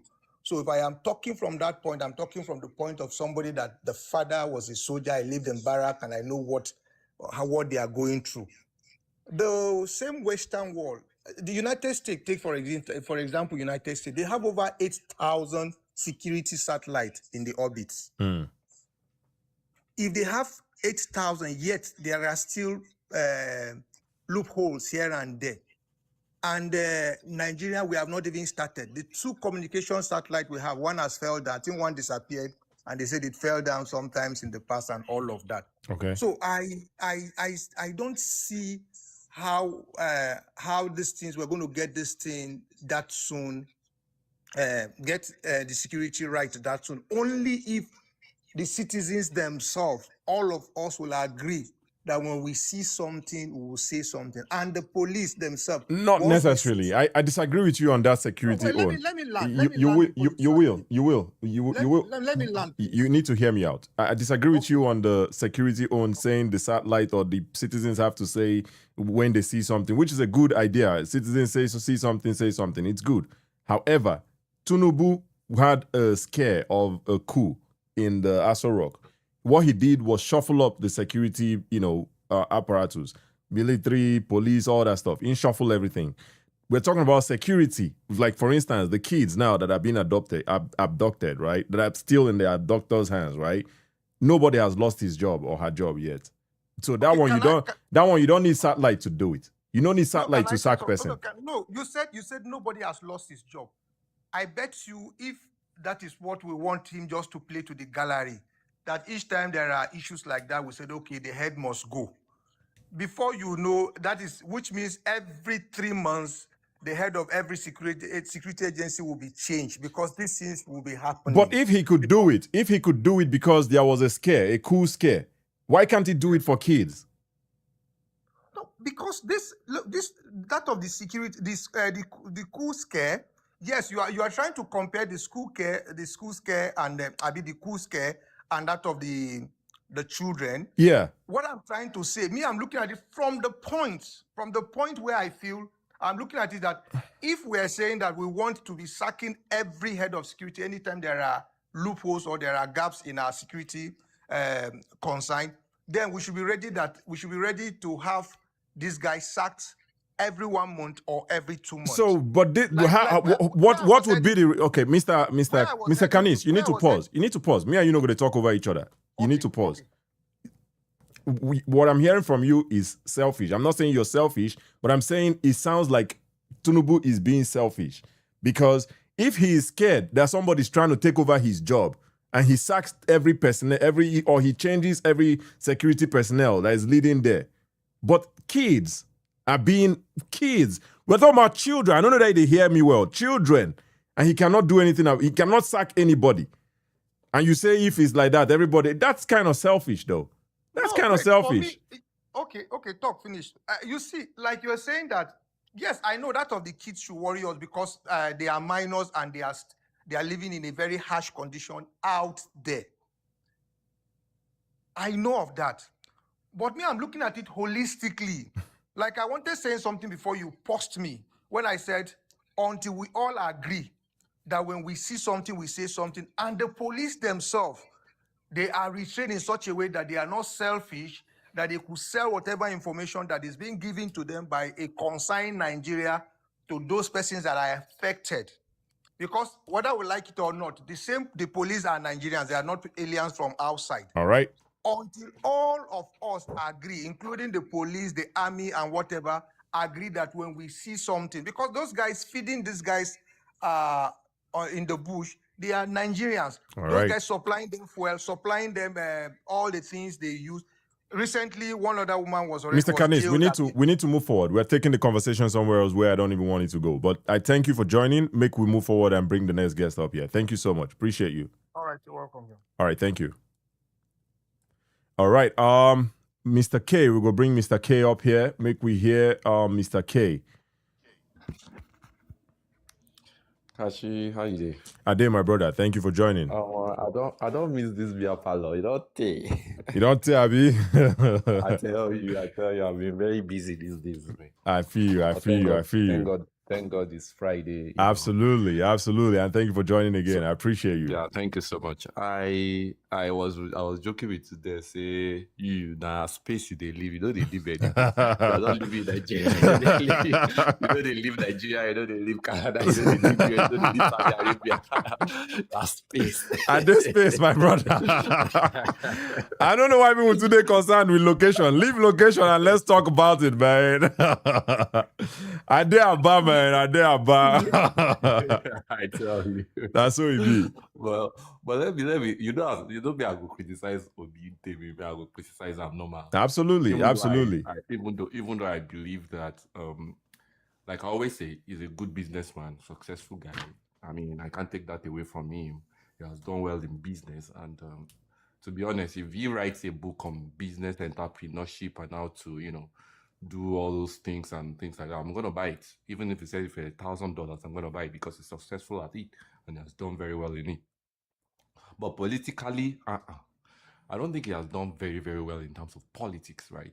And that's why I keep saying that the fact that you are successful in business does not mean you'll be successful politically. Because politics requires a lot of other things. And it's not a game of saints. It's not a game of who is going to be the best saint. It's not a game of it's not a game of I'm the best person in terms of spirituality. Do you understand? Yeah. In terms of I'm the cleanest. That's not what politics is all about. It's a game of interest and strategy. A lot of things come into place. Money, tribe, so many things come into place when religion. It comes to politics. Religion, and so many other things. And that's why I keep saying that performance alone, I've said it before, performance alone does not guarantee you re-election. The fact that you perform does not mean you will win re-election. Yeah. There are other things that must be in place. You must get your cards right. You must have the right people. You must have the right connection. You must have the right agents on ground. All those other things must be in play for you to be able to win election. The fact that you're a good guy does not mean they will vote you as president. Yep. Do you understand? So Obi putting himself out as, I'm a good guy. I don't do bad things. I don't, I know they carry woman. I know they do this one. I know they smoke. I know they drink. I know they do all those kind vices. Those kind say, I'm a good guy kind of philosophy. That doesn't win you election. That's the truth. We know a country where no matter how the guy talks, you go win election. I know I mentioned the name of the country because of TikTok. Yeah. You go win election. No matter how bad you think say the guy be, you go win. Depending on who. It depends on who. We have to say that as well. The two times where that guy where they talk about, now women win. So it depends on who. We see how that conversation too can go different ways. Saying that it's not about performance, right? It's not only performance. Now, it depends on who in they run against. If now woman, yes, you ain't go win. You see what I'm saying? Well, maybe that. In lose one now, it wasn't like he has won. He didn't win every time in run now. So I'm just, but you see the point. He loses, but there's still a large following that he go with. I mean, I'm just going that direction now, but that's not even the direction I'm in. Yeah. When I look at the interview, right, and this is one of the things I always say, right? African leaders generally, we don't usually we don't put passion into what we are doing. I mean, you don't see that charisma when you are talking. Do you understand? Same thing for Bola Tinubu, apart from the fact that he makes jests, and say some things that makes people laugh and all the rest like that. You don't see that. Look at how Obama talks, right? Look at how Trump talks. Look at how the Prime Minister of UK talks. Look at how Kemi Baknor talks. Do you understand? You don't see, and it's general among us. It's general among all African leaders. I once criticized Tony Onumelu one day that he went to the summit in Dubai, and he was brought to debate with one woman from Singapore, very young child. And you can see the way the woman was talking, giving numbers, giving, and when it was time for Onumelu to talk, he wasn't giving me that vibes. Wasn't giving me that vibes. So I think is the way we are brought up, kind of. I don't know. That too, and you also have to sing to your audience, right? Sing to your audience. But I'm also going to say this, since you talk about numbers, Obi talks about numbers, but it doesn't seem like it's the way people want him to talk about it, right? Obi seems to like to talk about numbers, but it doesn't seem to be the way people like him to talk about it. Yeah, I've seen him talk about some numbers, Bangladesh and all. Well, most of the time, those numbers are not even correct. But I've not fact-checked. He's doing the numbers off the top of his head, so it's not going to be completely correct. Yeah. Yeah, but most of the time, it doesn't correct. But then, I was looking for... Look, the election is between you and an incumbent. Right? The incumbent has never been. The incumbent, when he was not in power, whether you like it or not, became president. Yeah. And he even had the effrontery to tell you, when he was talking to his APC guys, he had the effrontery to tell you that, the election that brought me in was very tough, but I got it. Now that I am there, do you understand? And he was telling you that now that I am there, you think it's easy to unseat me? So you are the one trying to unseat somebody. You cannot go and fight a strong man without first binding that strong man. Absolutely. And to bind a strong man, you need an extra energy, not the same energy that you are going with him. You have to do something extra. That was what APC did in 2012, 2013, 2015. They had an energy that was greater than that of Jonathan. Absolutely. But Mr. K, we go to the topic on the disagreement on the Obi Rufai number one interview. Let me just talk about it. Yeah. I've given that foundation. Right? Number one, he talked about power. What are you going to do differently? The policies that this government has put in place. We have seen people like Enugu building power plants. Enugu is building one.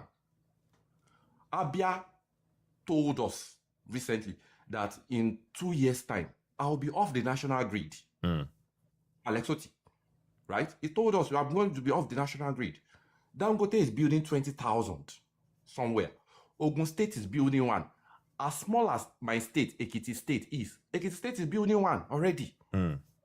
So I'm looking at in the next 7 years, in the next 5-7 years, all these states, if they continue with that trajectory, all those states that are building now will be able to generate, transmit, and distribute.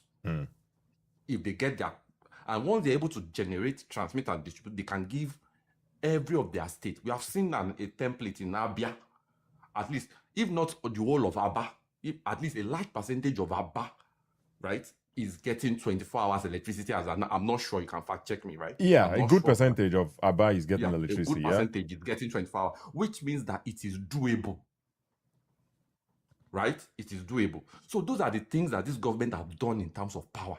Now, when you are now criticizing it, right, you are going to tell me, what am I going to do differently that this government is not doing in terms of power? Are you going to say, are you going to reverse that policy that removed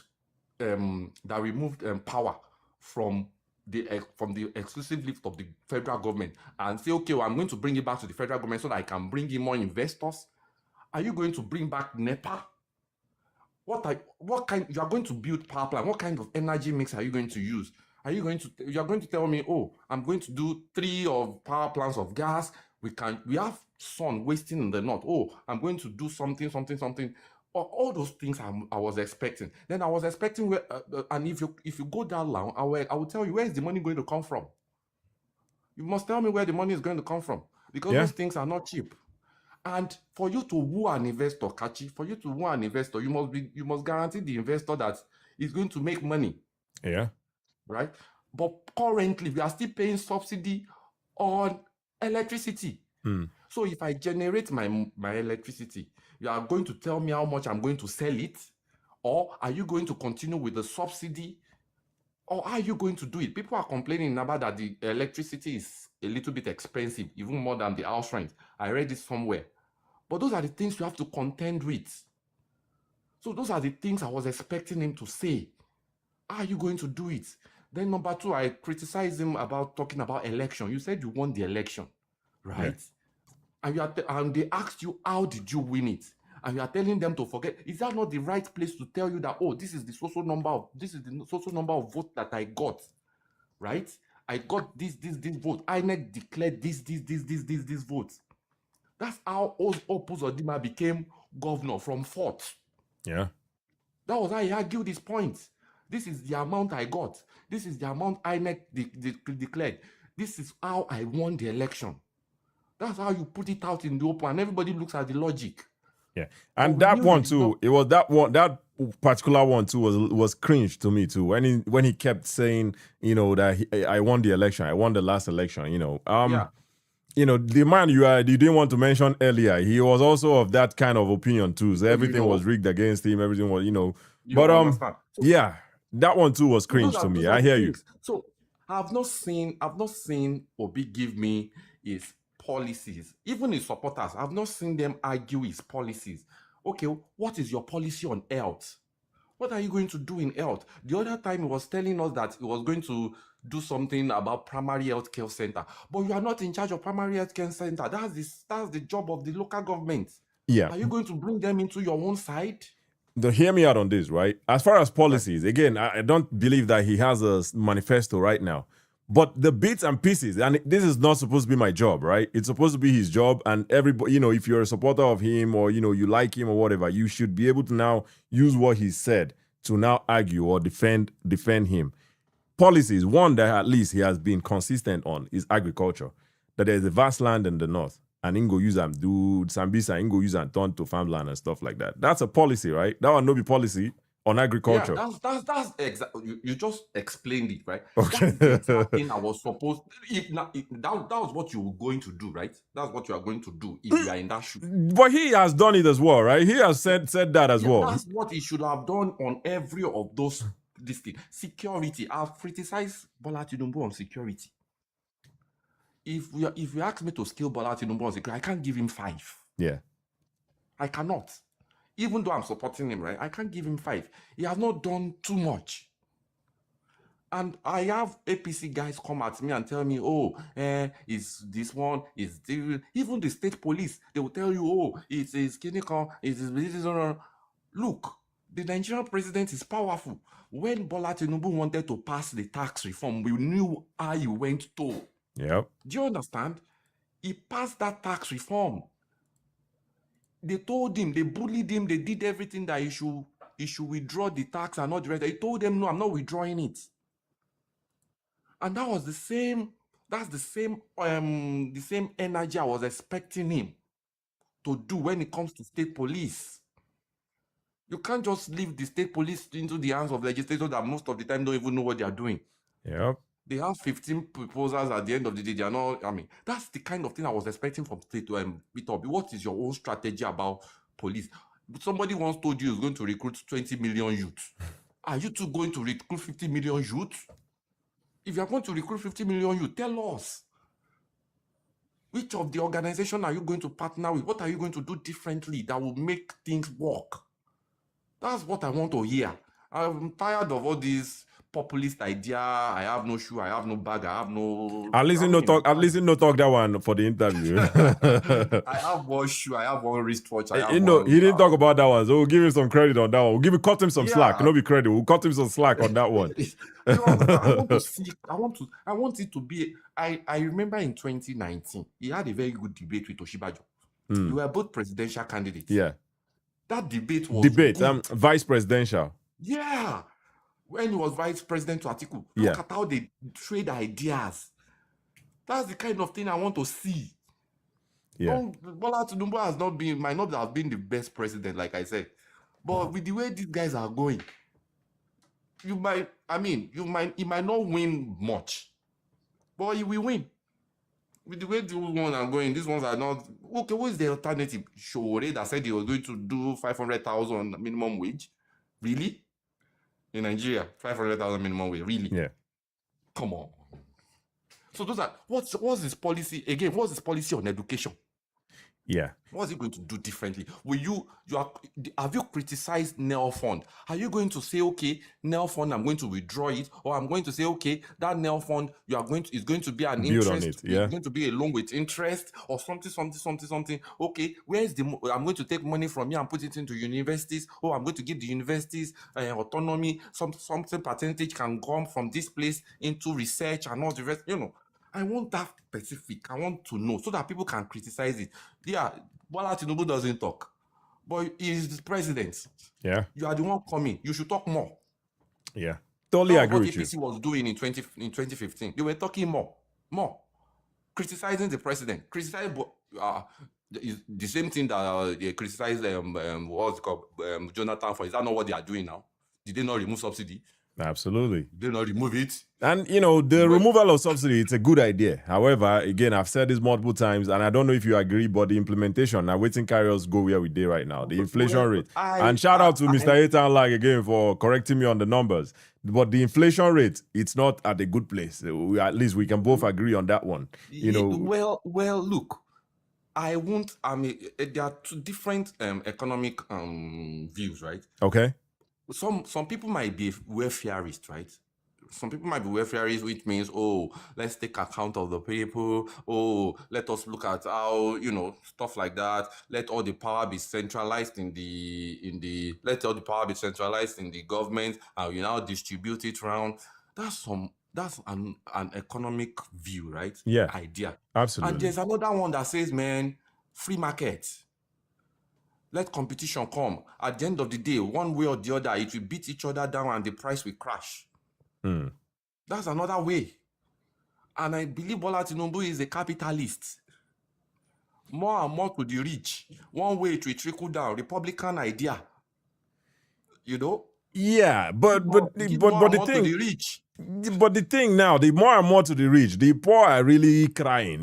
That is the problem with Nigeria's own. It's not like the capitalist idea is a bad idea. I don't subscribe to socialism. I love capitalism, right? But I'm talking about the subsidy removal, what Tinubu do. That doesn't have anything to do with if anything, it would be more. It would be the capitalism side of him would say, make we continue to give the subsidies to the 1%, where would they give the money to sins, right? But now you've removed it. You have that money. But the point I'm trying to make here is you removed it without planning correctly to know how this is going to impact the economy. That's not necessarily a capitalist idea. That's doing something wrong. That's not doing something correctly. There are ways he could have phased this thing out. I've said this multiple times. One is not doing the both of them together. Like you also mentioned, there's still subsidy on electricity. Imagine say in I still there for that electricity subsidy. And say all the subsidy for this country will come out time. In come out subsidy for electricity, come out anything with subsidy day. Do you know how that would impact the economy? But he didn't do that. But he did too. The dollar subsidy and the fuel subsidy. That is part of the problem that we have right now in Nigeria. Doing well. At least do one first. See how the thing will impact the economy before you start a plan for the next one. Do you see what I'm saying? I disagree. I disagree with that line of thought. And the reason why I disagree with this, right? Okay. Looking at the trajectory in Nigeria, right? If you are not firm, you won't get anything done. Look at our PIB bill. That bill has been sitting in the National Assembly for more than 20 years. Back and forth. If Bola Tinubu didn't make that statement right there, trust me, it won't be done. So you're saying planning to make the refineries work and start producing is not a good idea before removing subsidy, or remove some subsidy and be planning to make what do they call them, the refineries work. You're saying investing in manufacturing in Nigeria is not a good idea before floating the naira. That's not a good idea. Just go ahead and remove the subsidy on the dollar. That's the best idea. You're saying at least investing in manufacturing so that we go start the export, so that you go mitigate the risk of the economy going too bad. You're saying that's not a good idea. The best idea is just to remove it and then start working on what would fix the naira. That's your position. Well, let me tell you something. Let Yeah. me give you my own personal view about all this or Mhm. things generally, right? If I have a snake in my house, Yeah. right? If I have a snake that is threatening me in my house, I don't care how I kill the snake. Mm. The snake is dead. That's what matters to me. Mm. The snake is dead. I don't care how I killed it. If the snake is on your daughter's neck, Or my daughter's neck, that would be tricky. now this snake now is on Nigeria's neck.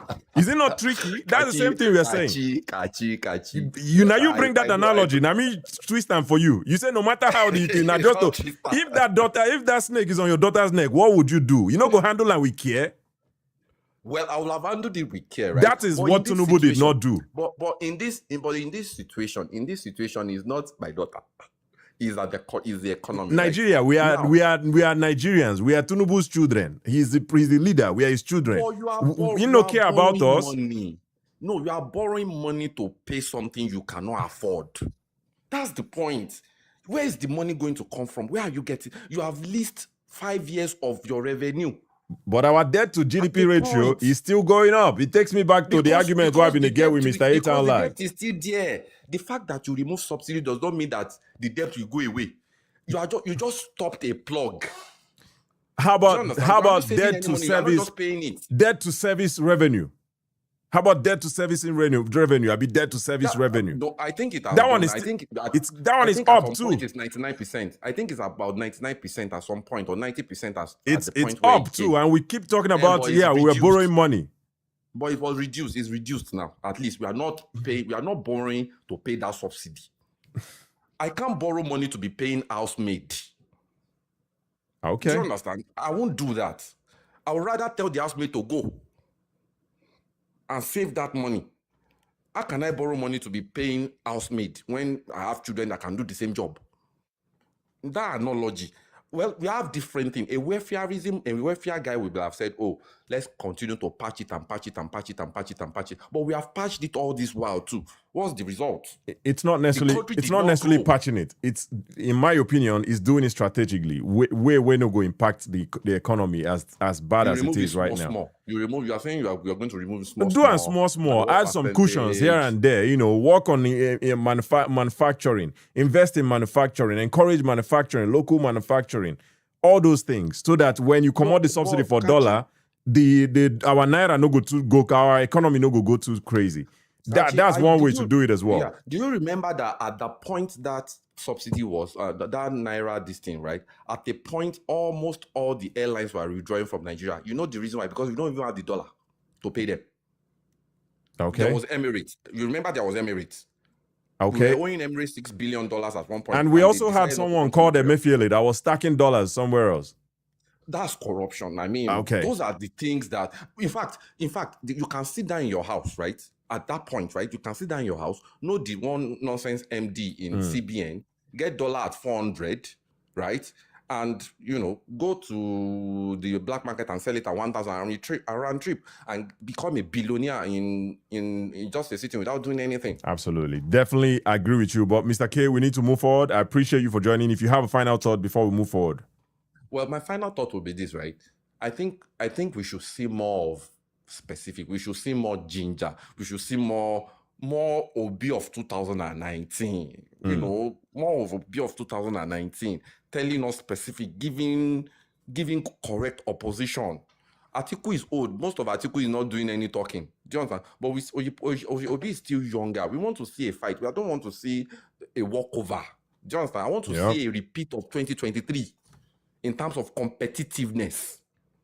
That's what we make government. That's what make government. That's what we make Asiwaju stand up. I think this government has been too lucky. Yeah. Too lucky. Imagine APC of 2015.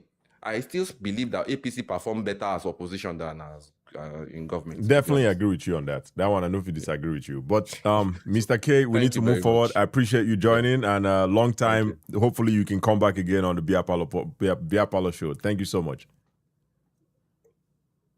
All right. We're on to reach our 2-hour mark here, which I try to stay true to every time I come. But we have a few people requesting here. Make we bring Benji for real.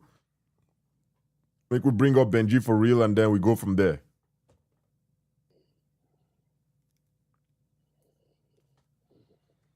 All right, Mr. Benji, for real, are you there? All right, like this person don't sleep. We'll go bring the last person up here.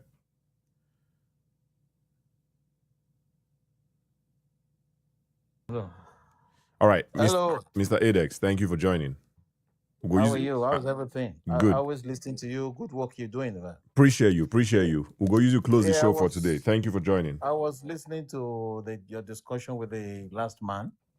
You see, I had your point of view until I listening to the new finance minister. I believe that we are Tinubu's children, and they should not do something that will hurt Nigerians. I'm not in Nigeria anyway, but I've got families in Nigeria, and the price of things skyrocketed. Then I shared your view that he will have done some other things before removing the fuel subsidy. But then when I listened to the finance minister, we were at the verge of crumbling. Yes, and I agree with you on that because of Buhari. However, make we stick to the topic before we digress. You see, say me and Mr. K start from the topic and then we digress to where we got to. But let's start from the topic. Obi versus Rufai. Where do you disagree on the interview? Obi versus Rufai. I'm not a fan of Rufai anyway.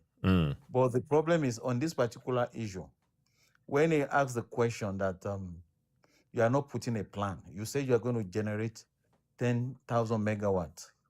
I am an engineer. I've worked in Kainji Dam before I left Nigeria. I know that it's not possible. It's not possible for you to. I worked in Kainji Dam. We did one machine and auxiliaries of 2 machines. We took about 4.5 years to refurbish it. That is less than 1,000 megawatts. You get what I'm saying? Electricity generation is not something you just buy and put. No. It's something they will do a topological study. They will understand what kind of electricity means of generation that fits your various environment. How do you align all those generation into the grid? Because you need a standard grid. It could be 60, it could be 50. How do you now synchronize it across the entire country? Okay, Now, you're going a little bit. It could be 60. I believe you're talking about the frequency. Nigeria, would they use 60 hertz, right? Now 60 hertz, we're using 60 hertz. Yeah. Would they use 60 hertz for Nigeria? So all those ones. I know that we're using 60 hertz. Why do you think the engineers the people that would actually implement it would not know? No, the question is this: for you to when you generate, for you to now synchronize it into that 60 hertz across the entire country without any backlash is another thing you need. The country is already designed to accept 60 hertz. There is no synchronization there. It's not like we're switching from 50 to 60. So there's no new synchronization that we need to do. It's going to sync because we're already using the 60. The country is already, designed to use 60. Good. But you are going to generate in different parts of the country through different means. Okay. Through different means. Now, I don't know I don't know how much you know about the subject. It takes a lot of things to step it up, to step it down, and at different stages of the synchronization, it takes a lot of effort. It's not. I'm not saying it doesn't take a lot to step it up. It's something that the engineers design. You bring the high voltage. You reach substation. You step them down. You send it to another transmission line where they take high voltage. You step it up. It doesn't take a lot. These things are already built. Listen, I'll take China for instance. China right now is the builder of trains, right, in the world. Now then they build trains for the world right now. When they want to build a train in any place of any part of the world, they already have the design. All they do is they fabricate it from where they and start laying it down. This is how this thing is built. It's not like they start doing new feasibility studies. There are people who specialize in these things in the world. You go meet them, they come, they put them for you, you go your way. It's what it is. You know what? It's so easy when you say it because you are not in that profession. I'm an engineer, my brother. I'm an engineer. That's why I can speak to it. Are you an engineer within that area? I'm an engineer. That's why I can speak to it. Good. I know the depth of what you have just analyzed now. For me, you analyze it like an investor or a businessman. when it comes to the nitty-gritty of putting paper on biro, pen on paper, on how to, first of all, do the design, it takes time. I'm not saying it's not going to work. I'm telling you, we did just one major refurbishment in Kanji Dam, and we did auxiliaries of 3 machines. One G11 is what we did, and one G8 and 9. We did the governance system and the control system. It took us 4.5 years. Because some of these things, you need to go and take the measurement, you need to go and fabricate, you need to import. The bridge in Kanji Dam that goes from one end to the other, we need to bring civil engineers to redesign it so that it can take the level of transformer we are bringing. All these things are things you are going to meet. So and that's exactly what Bolaige did in 1999. Oh, within 6 months, we are going to get electricity. We were laughing at him in Kanji Dam then when he was saying it. So for Obi to come and say it, this is another tautology that we are saying. And you know, but just to push a little bit big, push back a little bit on that subject. Maybe hopefully we can move forward. Kanji Dam, that's a hydro power station. You know, maybe you're focused on the powers on the hydro side. There are other ways to generate electricity. There is solar. If you use solar, you don't have to deal with all these things that you're talking about. If you use gas, you don't have to deal with this. If you use thermal, you don't have to deal with this.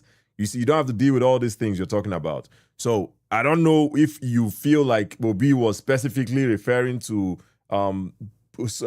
hydro energy. And realistically, I don't know if we get a lot of rivers where we fit start a dam again, for Nigeria. We have abundant supply of gas in Nigeria. We have abundant supply of coal in Nigeria as well. We have abundant supply of sunlight in Nigeria. So you're pushing it just to that hydro. Maybe that's because that's your specialty and that's okay. But it doesn't have to be hydro power. You see what I'm saying, right?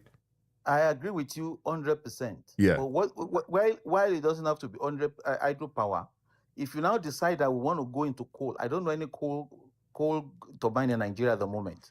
You don't need a coal turbine. What's in thermal? You need thermal. You need water, not coal. You just need to power the turbine using coal to heat up the. That's what I'm saying. I don't see any coal power turbine in Nigeria at the moment. Okay. We can introduce it. If there are some areas that fit coal turbine, it is it's okay that we use it. But for the process of you now designing it, studying it, building China uses coal. That's why I keep saying this thing. Nigeria is not unique.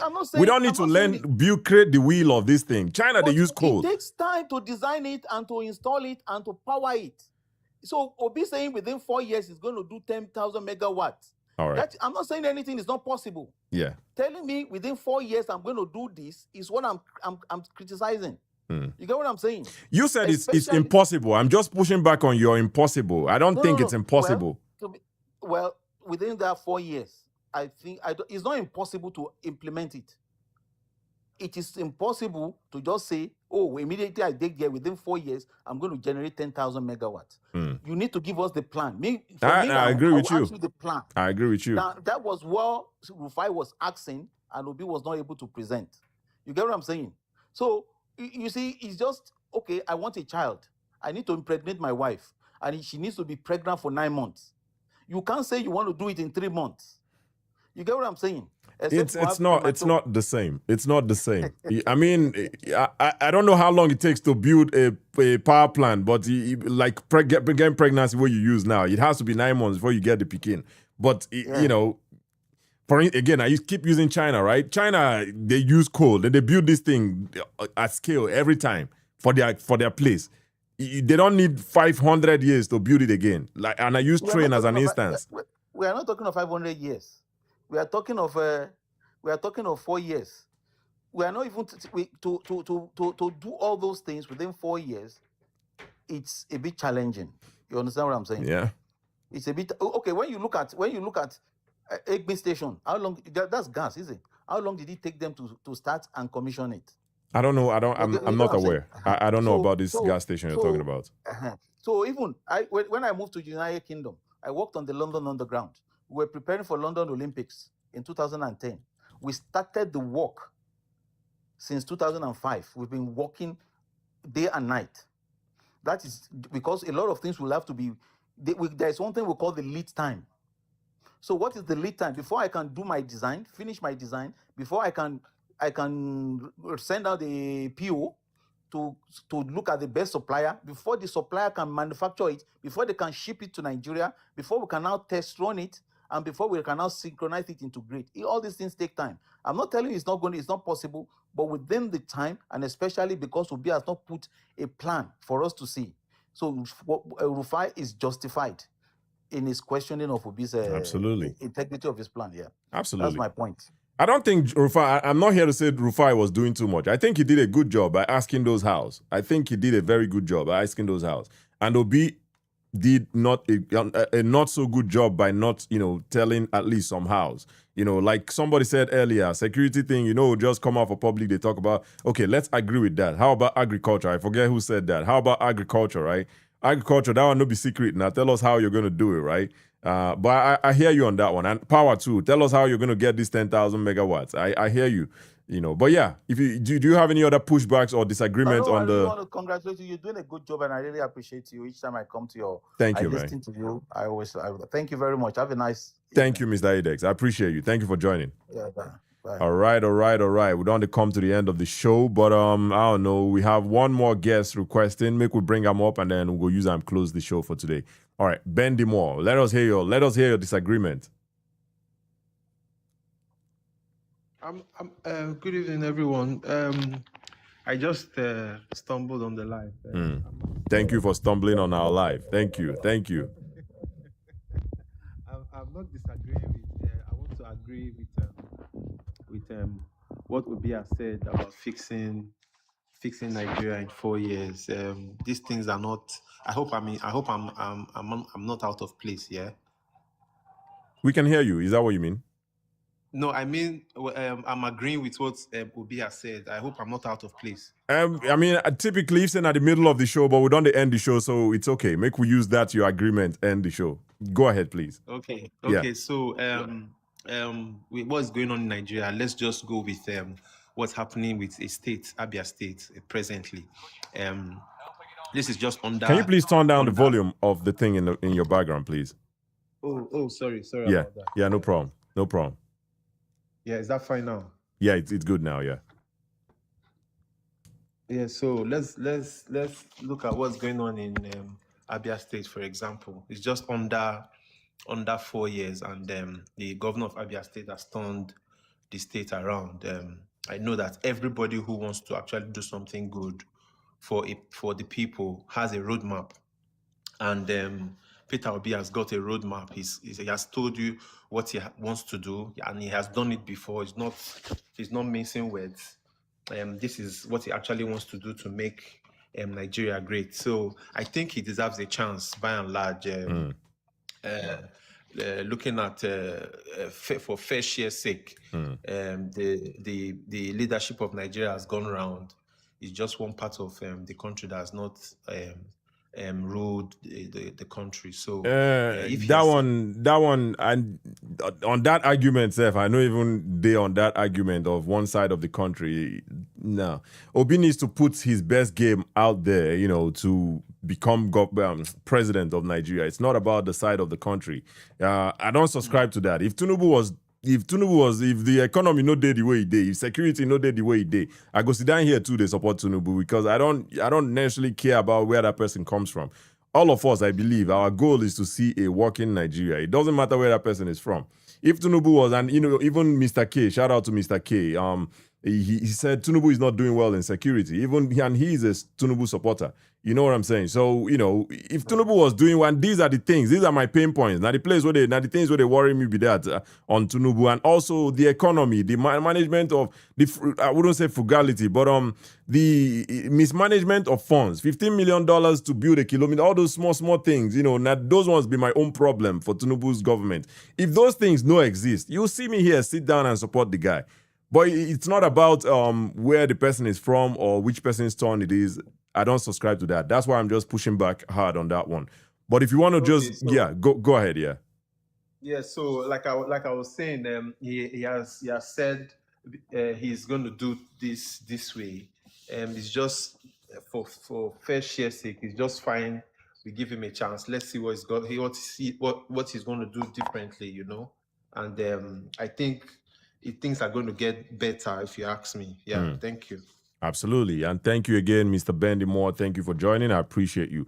And with that, we'll go end our show for today. Thank you guys so much. By the way, I need to shout out somebody here. Kulata, thank you so much. Thank you so much for the $10 there. You said NDC should put a gag order. And they forced me to read these things, right? Kulata, my boy on Facebook. On YouTube, I mean, the guy they forced me to read this, they ain't go put money, ain't go add money to the thing they forced me to read out. He says, thank you, by the way, thank you for the $10. He says, NDC should put a gag order on OB till they release a manifesto. Regurgitating meaningless landmass size and sharing a wish list with no actionable plan is tomfoolery.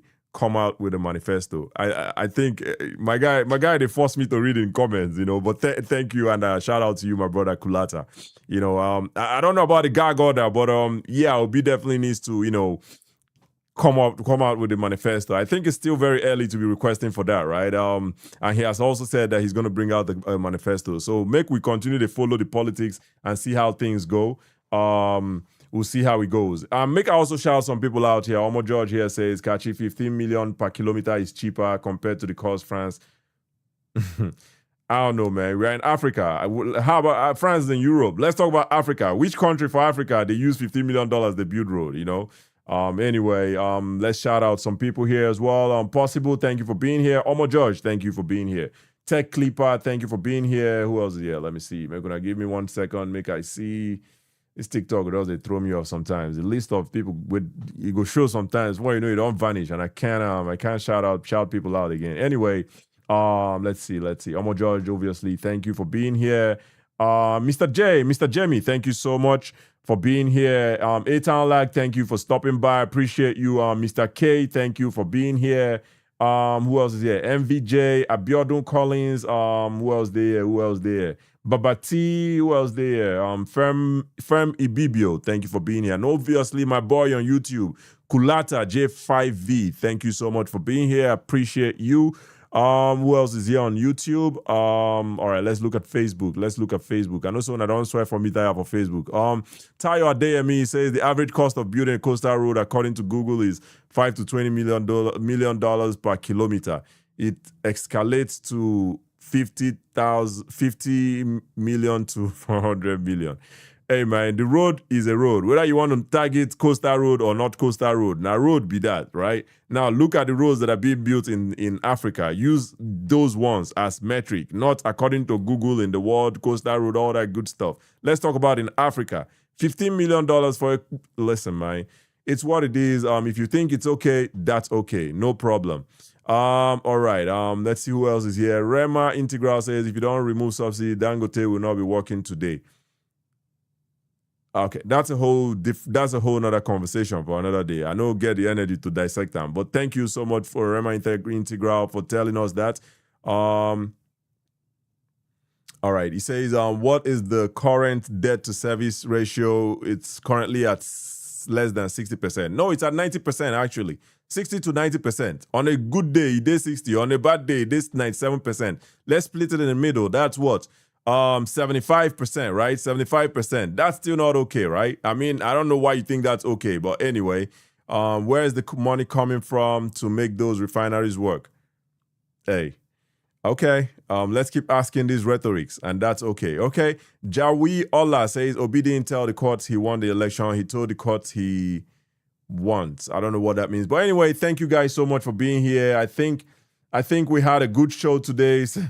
Hey man, I stop the response. Hopefully next time we'll go talk about all these things we're going to put for the chat now. We're going to talk about it next time, but I appreciate all of you guys for being here today. I appreciate you guys really. To the people who came up and put me to a good debate, I appreciate you guys as well. I'll see you next time, but until then, my name is Kachi, and I'm the host of the Biapalo Show.